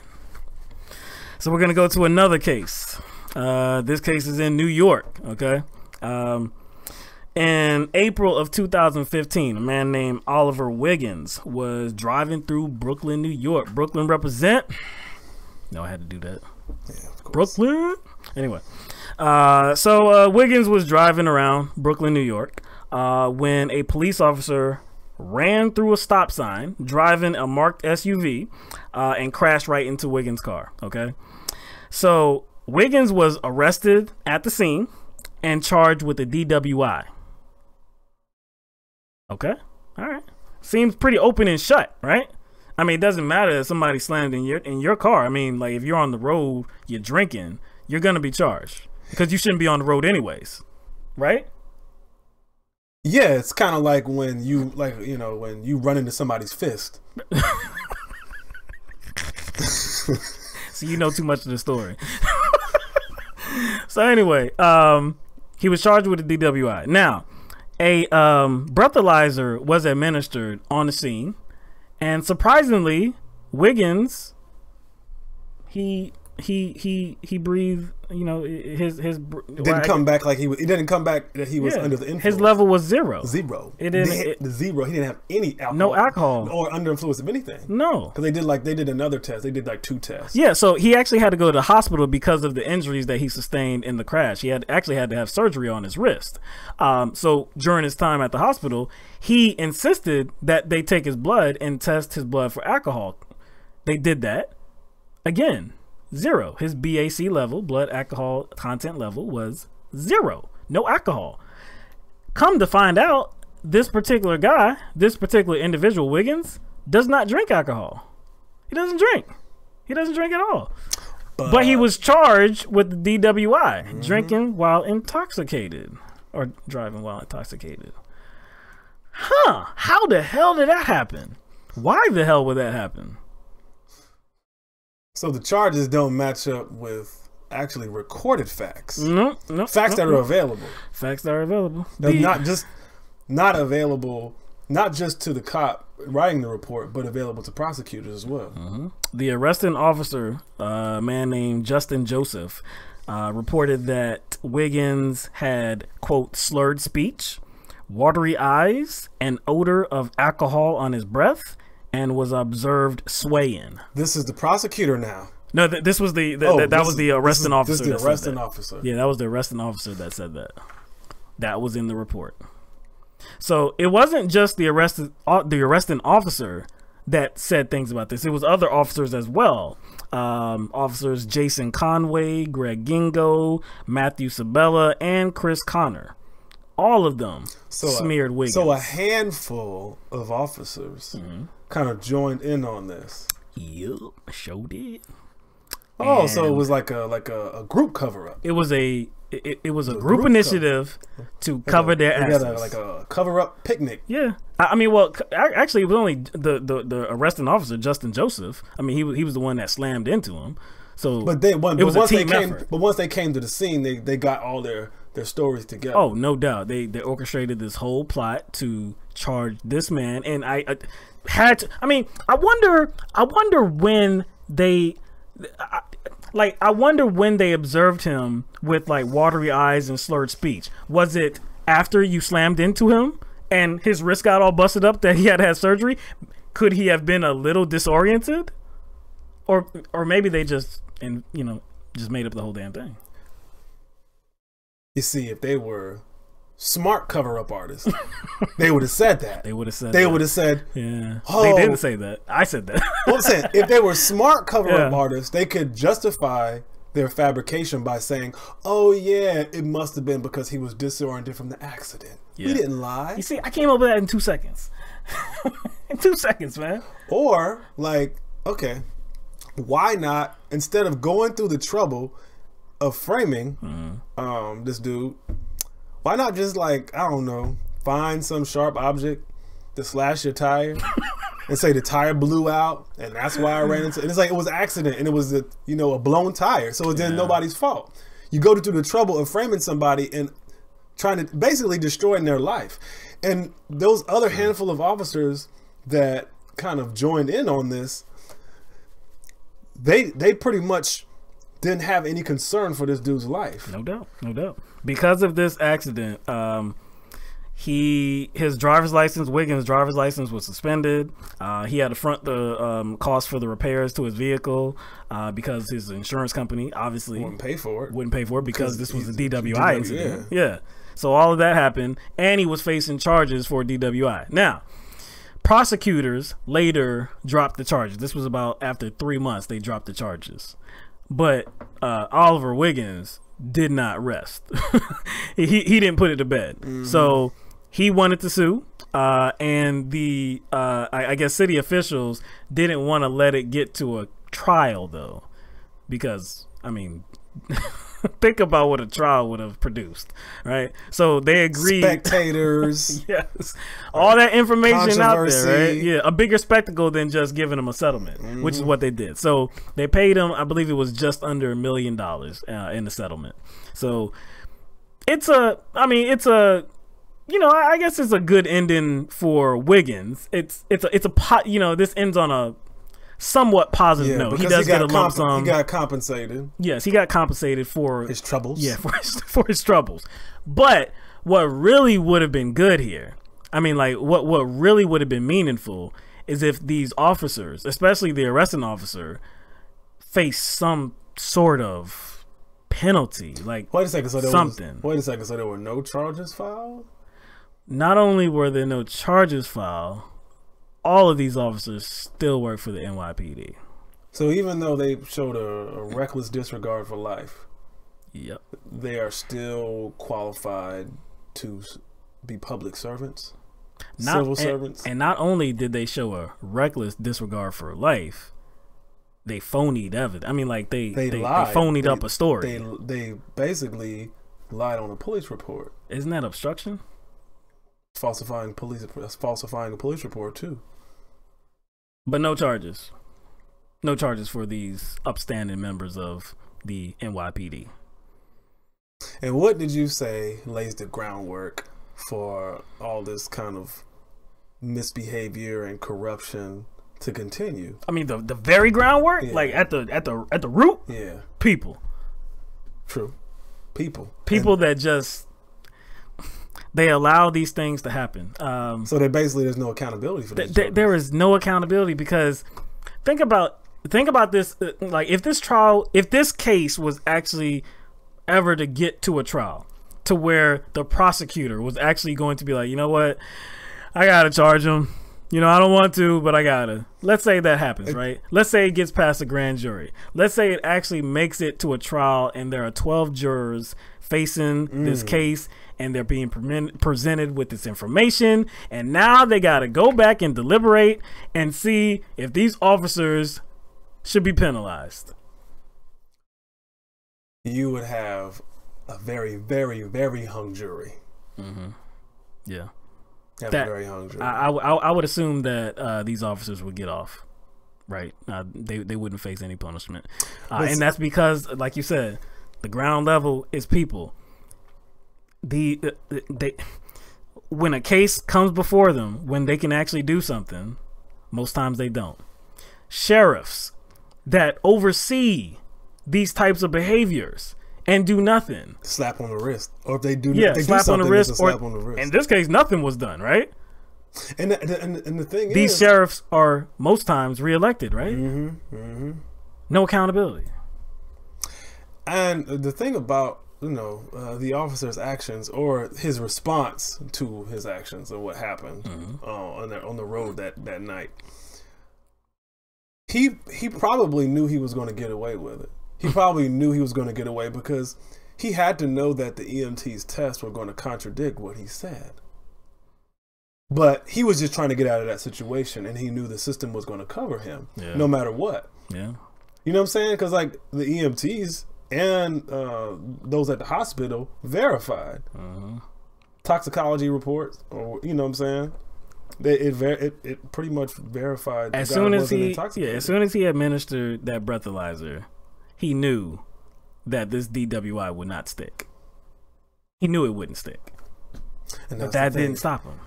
Because he knew he was going to get off, because he knew he had a system to back it up. And I bet they didn't give the cop a breathalyzer. I'm not saying he was drunk. I'm not saying he was under the influence of anything. But he could have been. And I think that's what should have happened. Yeah. I'm not going to, I don't want to call out the EMTs, because maybe they should have demanded he take one since there was an accident. Obviously, if they're on the scene, you think they're not looking at where the cars are situated and making a judgment upon how the accident happened. You know what I'm saying? You know they're making judgments. You know they have a mind of their own. But, you know, they're EMTs. They could be intimidated. Yeah. Maybe the cops intimidated them. So I don't know. I don't want to, you know, jump out. You know what I'm saying? If the officer was administered a test, is it possible that it was delayed so that he could come down down off it? I could see that. But I don't even think they even cared about administering the test. No, I don't even think that was a thought for anyone. Moral of the story is, as a people, we have to hold law enforcement accountable. So that is why when Colin Kaepernick and other NFL players are kneeling on the NFL turf, on these football fields, and they're trying to raise awareness to these injustices in our country, that's why it's so important for us to actually listen and let them do that, and actually approach this like this is a conversation that needs to happen nationwide. If we just get so hurt all up in our feelings about the simple act of somebody actually kneeling while the national anthem is being played, then we will never actually get to what we're trying to discuss in this country. And I guess that, I mean, well, no, I don't guess. We know that's the effort. You want to delegitimize the actual causes that, you know, people are trying to bring awareness to. But that's what we have to do. I mean, we have to talk about these things as a people, because it's always on us to reform society. We have to reprioritize I don't know, we have to reprioritize what we have sympathy for. And so, like you said, you got people who show sympathy for a flag. Yeah. You know what I'm saying? An object. But not human life. But see, but why is that, though? Usually the answer lies somewhere within, I guess, the human mind that doesn't want to tackle the dysfunctions of the society. It's too uncomfortable. You know what I'm saying? It's too uncomfortable.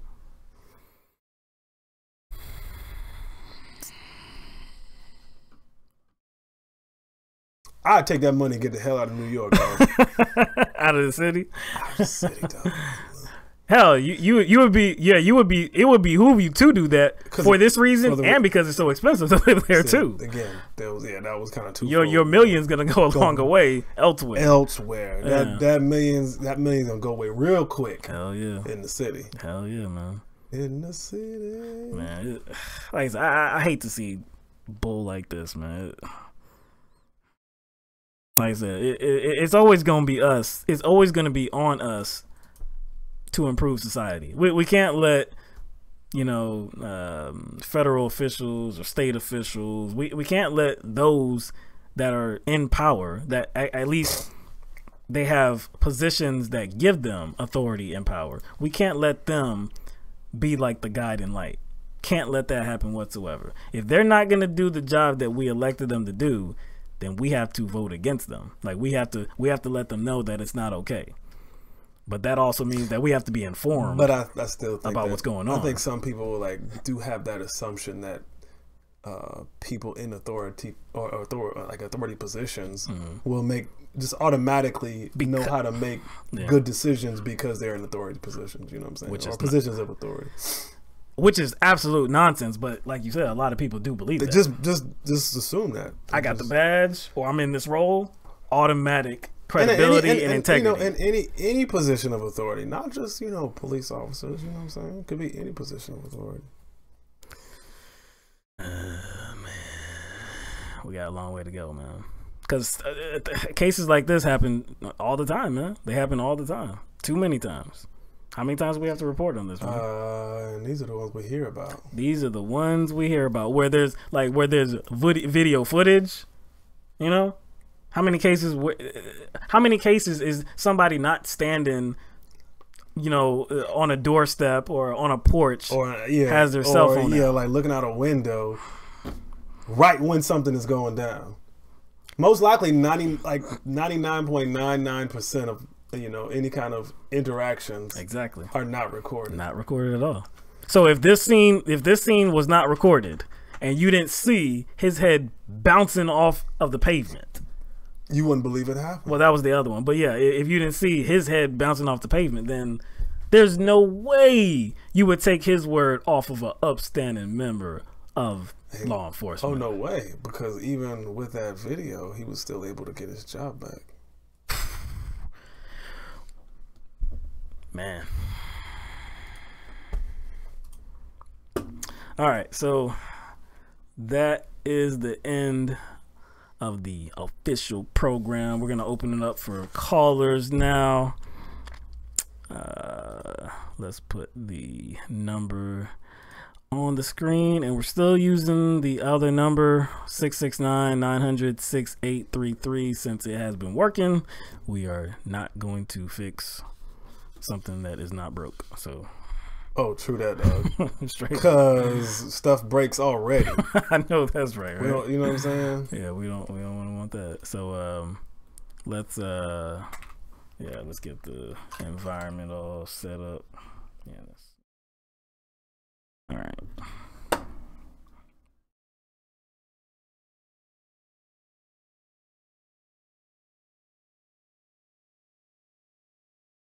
It's connected. I think it's connected. Yeah, it's connected. Yeah, I got the right. All right. Let's all right, so the environment should be good. Yeah, everything looks fine. It's gonna be hard for y'all to compete with last week. I'm saying, right? We had some very good callers. Okay, there we go.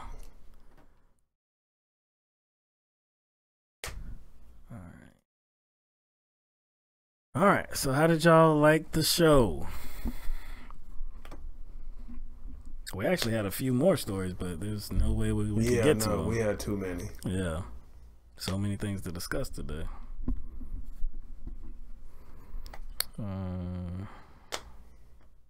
Yeah, Jim, you're right. You're correct. We actually did a story about that last year, I believe. We covered Obama and how he felt about Black Lives Matter. He said that they were too loud. They were too annoying. He has very critical things to say about them. Yeah, like they were going about making their point the wrong way. Like, get out of here, man. You don't understand why they're loud? Seriously? That's like saying, again, man, like, this is just another civil rights movement, right? That's all it is. That's all it is. Back in the 60s, back in the 50s, were people not loud? I guess they were very loud. How else how else are people going to get their grievances addressed? Quietly? True. Like passing notes? Like passing little sticky notes? You have to be very polite and ask. You don't demand, you ask. Politely. Yes. All right, so we have a caller here. Let's see. All right, caller, you're on the phone or you're on the program with LTMB Live. What's your name and where are you calling from? My name is Rashid. I'm calling from Laurel, Maryland. I'm sorry, my TV is like a little bit behind you guys. Okay, well, turn that volume down so because it's getting feedback. Yeah. All right. I was calling in actually with just a suggestion. Okay. A lot of the times when I go on YouTube, and I like you guys, I really like you guys because back during the 2016 primaries, you guys were pretty, on the job. You guys were following different locations and all the different updates that they were doing, and even with the DNC. Actually, it was funny because you guys actually reported on the DNC moving the goalposts in New York before I actually heard about it. When everybody was complaining about it on like, ABC and CNN, they're like, oh, just a little bit of trouble, but you guys were like, nah, that's not a little bit of trouble. One thing I would like to ask is that could you guys break up your cast in like segments when you guys upload them on the YouTube? Because sometimes when I'm watching through the program, I mean, that's a 3-hour long block, trying to find you guys talking about, a specific guy that got let out of jail or, a specific race, most of the time you guys put up, oh, now we're talking about this story. But a lot of the times it's kind of hard to try to just see what specific stories you guys are talking about. Because, I mean, I know the primaries are everywhere right now, like in Maryland. I just went to go see Ben Jealous to make sure that, he was still going to be walking the walk that he was walking on, that he was talking on the Young Turks when he was up there. So, I'm just trying to, make sure that I can see you guys and, follow along a lot easier, because a lot of the time, it's just like 3 hours is a huge chunk, but I do like your program. I think you guys are pretty awesome. Appreciate that. Was it Rashid? Yeah, Rashid from Laurel. All right. I can see that being a little frustrating, especially if you followed us in 2016, because back then our format wasn't live. Yeah, it was just so we were actually recording like segments, like separately. So each segment was recorded. Yeah, so we didn't have a live show back then. So there was, but if we do break up anything, which has been done recently, but with a few of the topics we covered, we would have to go through the entire show to break it up. And I want to say, did you comment under one of our live videos with that same sentiment? Was that you? Yeah, I have. Yeah. No, yeah, we did read that. We did read that, and we kind of respect that sentiment and understand that, it's quite possible that people can engage in the show a little bit easier if we do break it up. So we are kind of paying attention to suggestions. Yeah, we take those suggestions. It's like, just to put it out there, it's a lot of work. It's a huge task to break it out. Yeah. So like you said, like when we were doing it in 2016, it was just we were just making video shorts. So that's not really hard to do. Just put the video short out. It's not a lot of editing or anything like that. With this, you have to break up, what you want to put inside into a short segment. And again, like the last broadcast we did split up into a few different videos, and we put that on YouTube. So that's what we want to do going forward. The original goal was to do that, when we came back in August of last year, to put the video shorts on YouTube, and then take down the live video and just have that for people that are contributing to our Patreon. And so we started doing that, late last year. Then we got out of it because, like I said, it is a task to get that. It takes some discipline, and managing of time, because it's just the two of us. So, but I think we got a hold on it. So, in the future, I believe we're going to be regularly splitting up those videos. So, but it's a good suggestion. We're glad that you are paying attention. If I look on your Instagram, is your Patreon right under it? What'd you say again? He said if he's on the Instagram, is our Patreon website link on the Instagram. I'm not sure about I'm not sure about Instagram. I'm not sure about that. It's just, it's patreon.com/LTMB. So it's pretty simple, but it's on it's in the description on every video that we post on YouTube. You'll find it in the description, and sometimes we put it at the end of the show as well. But that's something that we should probably broadcast a little bit more. I got a crazy setup going here where I'm using my phone and my PlayStation for all my internet access. So I can't see the stuff underneath the video on my television, but I can look it up on my phone though. So thank you guys. I'll look at your Patreon. Okay, appreciate it, man. All right, fellas. Thank you. Bye. All right, take care, man. All right, we got another caller. Area code 443. You're on the air live with LTMB. What's your name? Where are you calling from? What's going on? My name is Court, and I'm calling from Maryland. Hold on, say that name one more time. It's Court. Court. Call me Court. Okay, Court. All right, so we got another call from Maryland? Yeah, I think so. Dang, man, Maryland's in the house. Another caller from Maryland.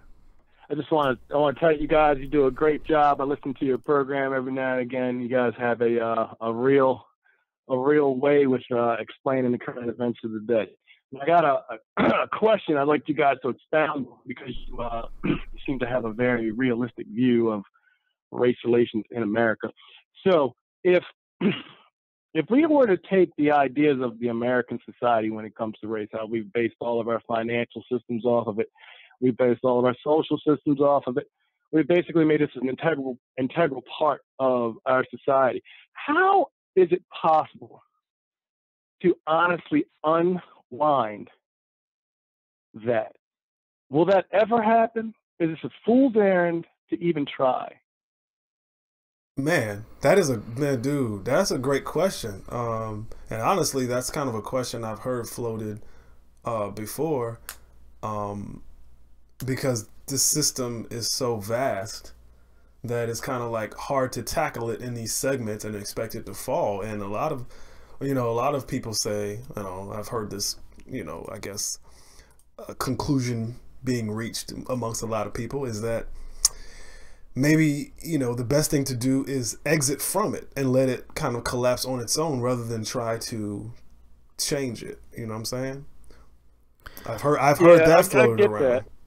I've heard that floated around. But then how do you really exit from it? Feel like you're giving up. Like, so if you think about it, we are the most powerful country in the world so far. It's changing quite quickly, but we have the most money. We have the most resources. We just have a few people that don't. It's not that they don't get it. They're sociopathic, and the way they see power, the way they see to get power, is to use race against people who would be able to stop them should they be able to group up. But because they hate each other because of the racial rhetoric, that will never happen. So how do you make it? I mean, don't you think it's kind of it's messed up to let them win? Well, this is the reality. Okay. Most people here in America are comfortable. There are a lot of people that are comfortable. And so as long as enough is done for people to where they're comfortable, they have a job to where, they're barely making ends meet, maybe they can go on, to a movie on the weekend. Maybe they can go out to a restaurant, something like that. They have enough to pay for shelter, school, take out a loan because that's available to a lot of us. As long as those things are done for the vast majority of us, then they don't really have it in them to fight. I mean, that's what I see. So I don't know. I don't know what the prospects are going forward. You would say it has to collapse. I think that too. I mean, I wish that wasn't true, but I mean, I get your point.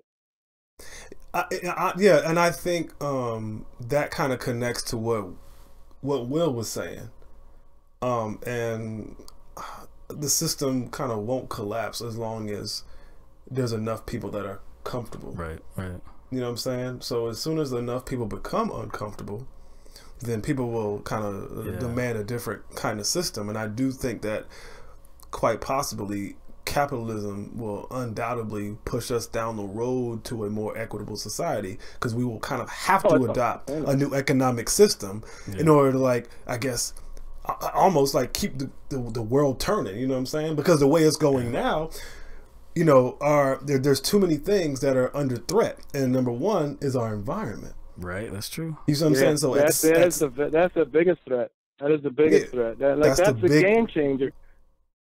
Nobody gets it either, and that's what's so frustrating. Is because, like, if you think about it, okay, so we have some racial tension, and we have some dictators, and we have some violence. But if we destroy the climate system on the planet, game over. It's game over for everybody. So that's too big scale, though. Yeah, that's too big scale. For a lot of people, that's so on a large scale that's not even something that they focus on. Like, you can get them to admit that climate change. I know, but you can get them to admit that climate change is real. You can get them to admit that, and something needs to be done about it.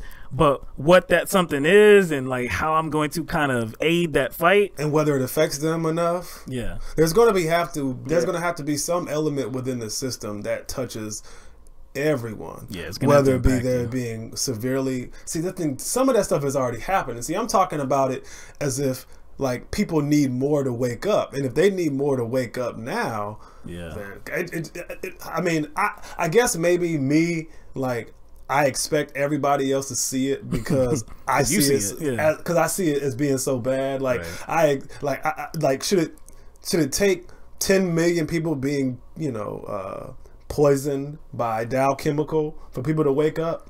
Should it take that? You know what I'm saying? I don't think it should take that. Should it take people's land being eroded?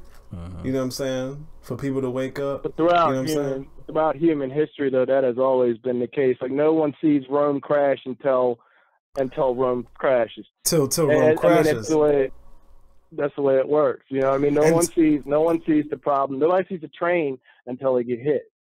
Yeah, exactly. It took Rome a good 1,000 years to actually completely kind of fall and dismantle. You know what I'm saying? So people think like Rome fell overnight, but it kind of like fall in a day. No, it did not fall in a day. And like you were talking about with capitalism, like we are on our way there because that income inequality gap that keeps expanding. And as long as that keeps expanding, that means more and more people are going to be pushed into poverty.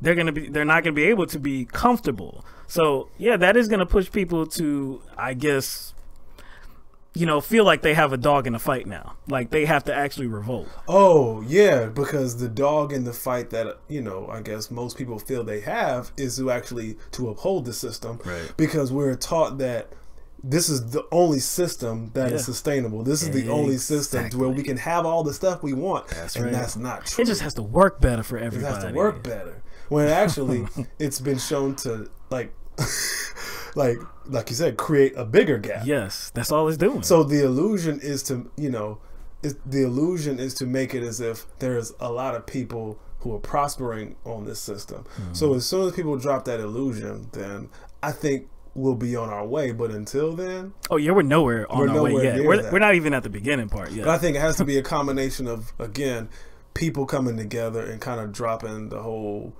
kind of racial animosity, as well as like the system creating so big of a bubble that it can't sustain itself, and we have to kind of gravitate to a new system. I think it'll be millennials. I think it'll be millennials and it'll be Gen Xers and stuff.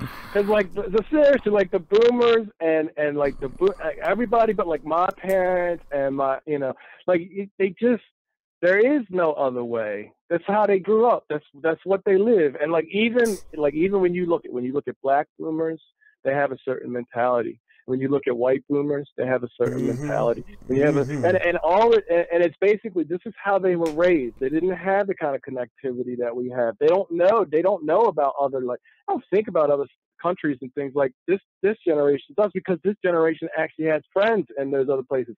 They may never actually see them, but they know who they are, and they know that they can see that humanity. And I'm hoping it happens before it's too late. But I got to be honest with you.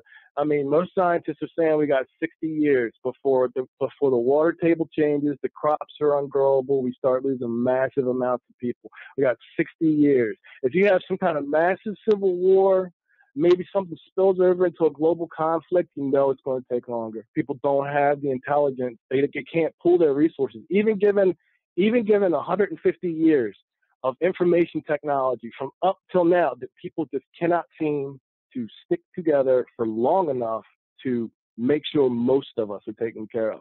I mean, the universe is a violent place, and things are always going to happen, but you can't just allow 20%, maybe more like 5% of the population to be truly comfortable, to understand that they know exactly what's going to happen the next minute. You know, that just doesn't fly, and I hope the younger generation does it. But I think we've let the sociopaths that control economies and global governments and things like that, I think we've let them run too long, and I think it's going to be a close call. Yeah, if we had an applause button, I'd hit it. Yeah, I would, man. You pretty much dropped the mic on that. Exactly. That was the last point you made, and man, we appreciate your call, Court. We're gonna handle this next caller that's been on hold, and again, man, we appreciate your call. You hit on some good points and thanks for enlightening us all, man. For real, man, you kind of brought an important kind of question into the discussion that we all should kind of ponder, man. All right, y'all have a good one. All right, man. Appreciate it. All right, we have another caller, 617 area code. You're on the air live with LTMB. What's your name and where are you calling from? 617. What's that? Can you hear me? Yeah, we can hear you. Yeah. Who's speaking? Okay. No, Yeah, this is Jeremy in Boston. I wanted to piggyback real quickly on that last call.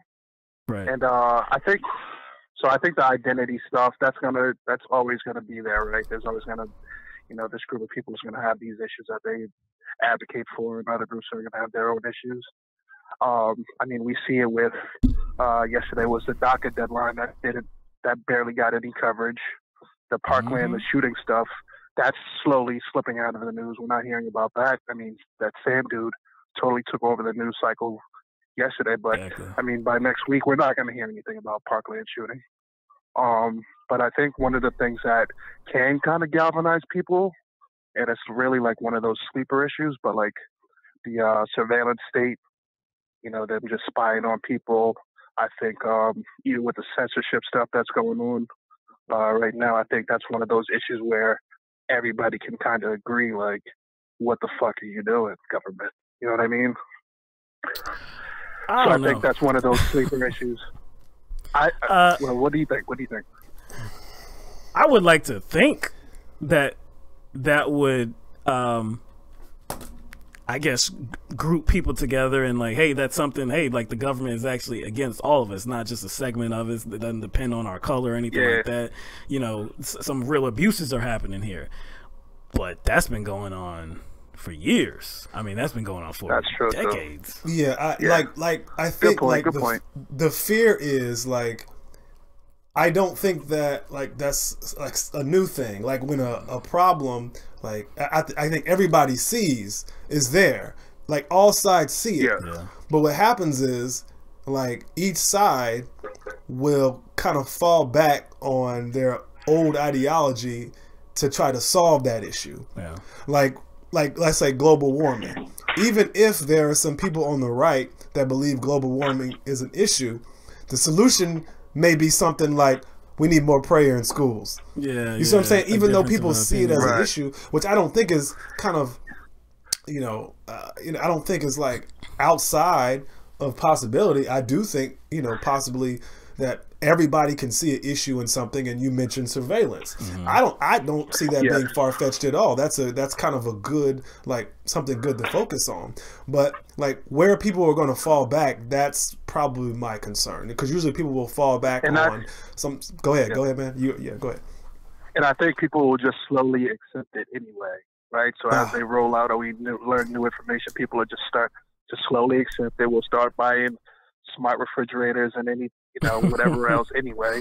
So again, I think that's a good point. So I don't know what the hell can bring everybody together. I don't think war will bring everybody together, because people are going to still have their pro-America, like anti-war side. So I was going to go. What's going to bring us together?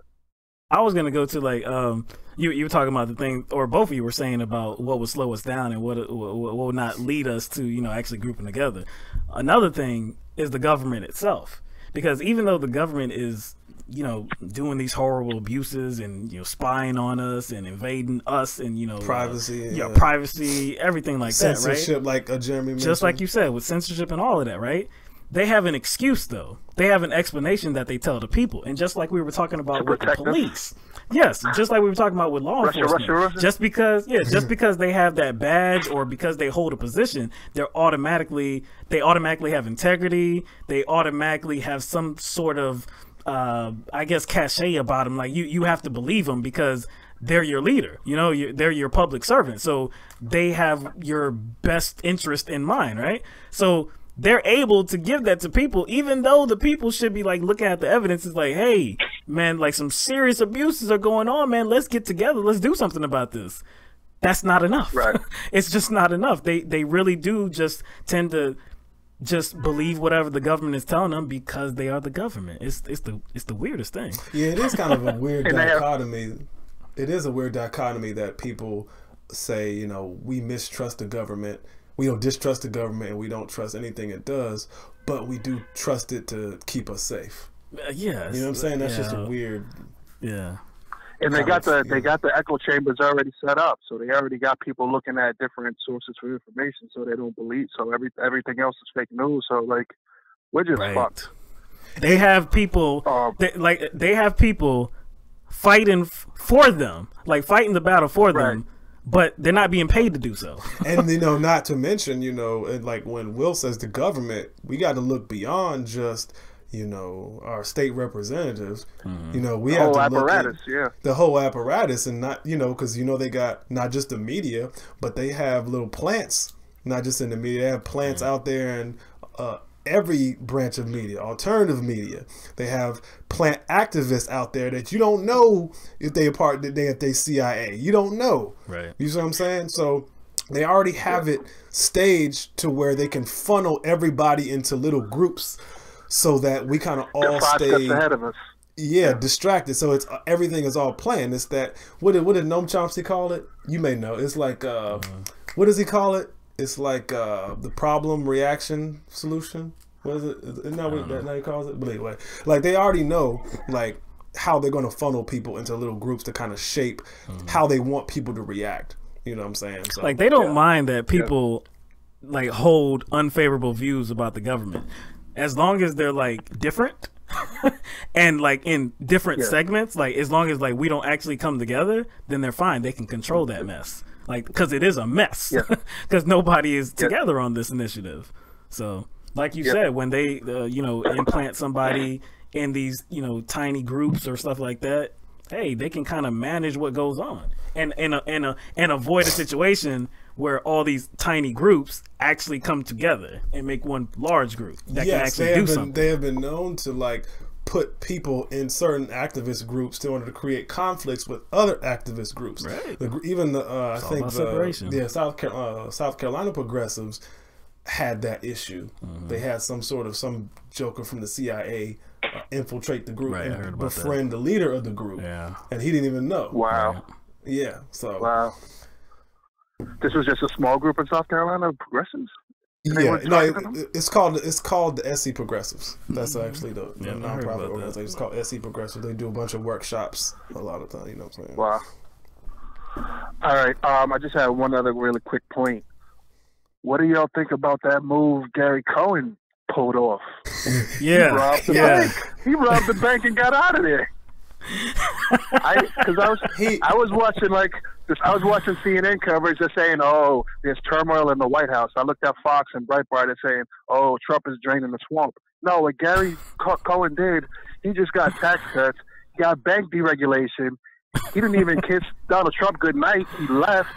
He'll make up. He probably got paid like $200,000 a year for that job. He'll probably make that by the end of the week. Yeah, we saw that right before. Yeah, right before we came on, we saw those headlines saying that he's resigning. Top economic advisor, right? But they're splitting on trade. Supposedly they're splitting on trade. Give me a break. He was looking for an excuse to get out of there. The terrorist was an excuse. He was waiting for an excuse. He's going to make so much more money now. Yeah, being a part of this administration is probably not even financially worth it, actually. That's true. You know what I'm saying? It's just not worth it anymore. And again, if you are a part of this administration, especially in an ongoing investigation, you don't want to put yourself in, any kind of risk of ruining whatever brand. Yeah, why would you want to put up with that? Yeah. You don't need that scrutiny. Get what you want. Get what you want and get out of there. I'm sure there's going to be, I'm sure other people are going to kind of follow that path. They're going to get what they can get out of it and then just get out of there. Yeah, he proved to be the more savvy businessman than Trump, because Trump got played. And I know Gary Cohen, as soon as he left the office, he was texting his banker buddies, laughing it up, talking about, let's get this money. So, but that's all I got. All right, man. Appreciate you calling in. Again, all right, man. Yeah. All right, later. All right. As usual, we always have some good callers, man. I know, man. I'm just waiting on that. It's crazy, man. It's almost like I'm getting spoiled. Yeah, man. Sometimes I just, you know what I'm saying? I'm waiting on that one caller to be like, y'all stink. Y'all suck. I know, right? I hate y'all. Y'all don't know what the hell you talking about, man. Yeah, but we haven't had that caller yet. Dog, why did somehow like the voice we both used was like that Dave Chappelle character? Yeah, some angry character. Like that was like, I don't know, that reminded me of what is it? What's his Bigsby. name? Clayton Bigsby, yeah. Why did we use that voice?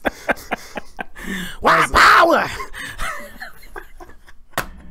Dog, that's one of my favorite skits. Also, actually, the dude who does like the narrator, who does the that Joker keeps a straight face the whole time, and I don't see how he does it, man. That was probably one of my favorite clips, and he's probably one of my favorite skit actors on that one because he just kept a straight face.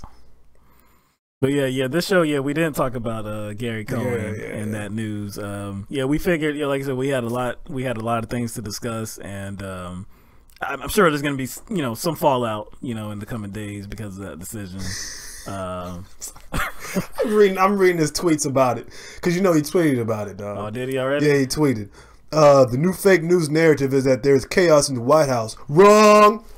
Exclamation point. Been chaos. People will always come and go, and I want strong dialogue before making a final decision. I still have some people that I want to change. There is no chaos, only great energy! Exclamation point.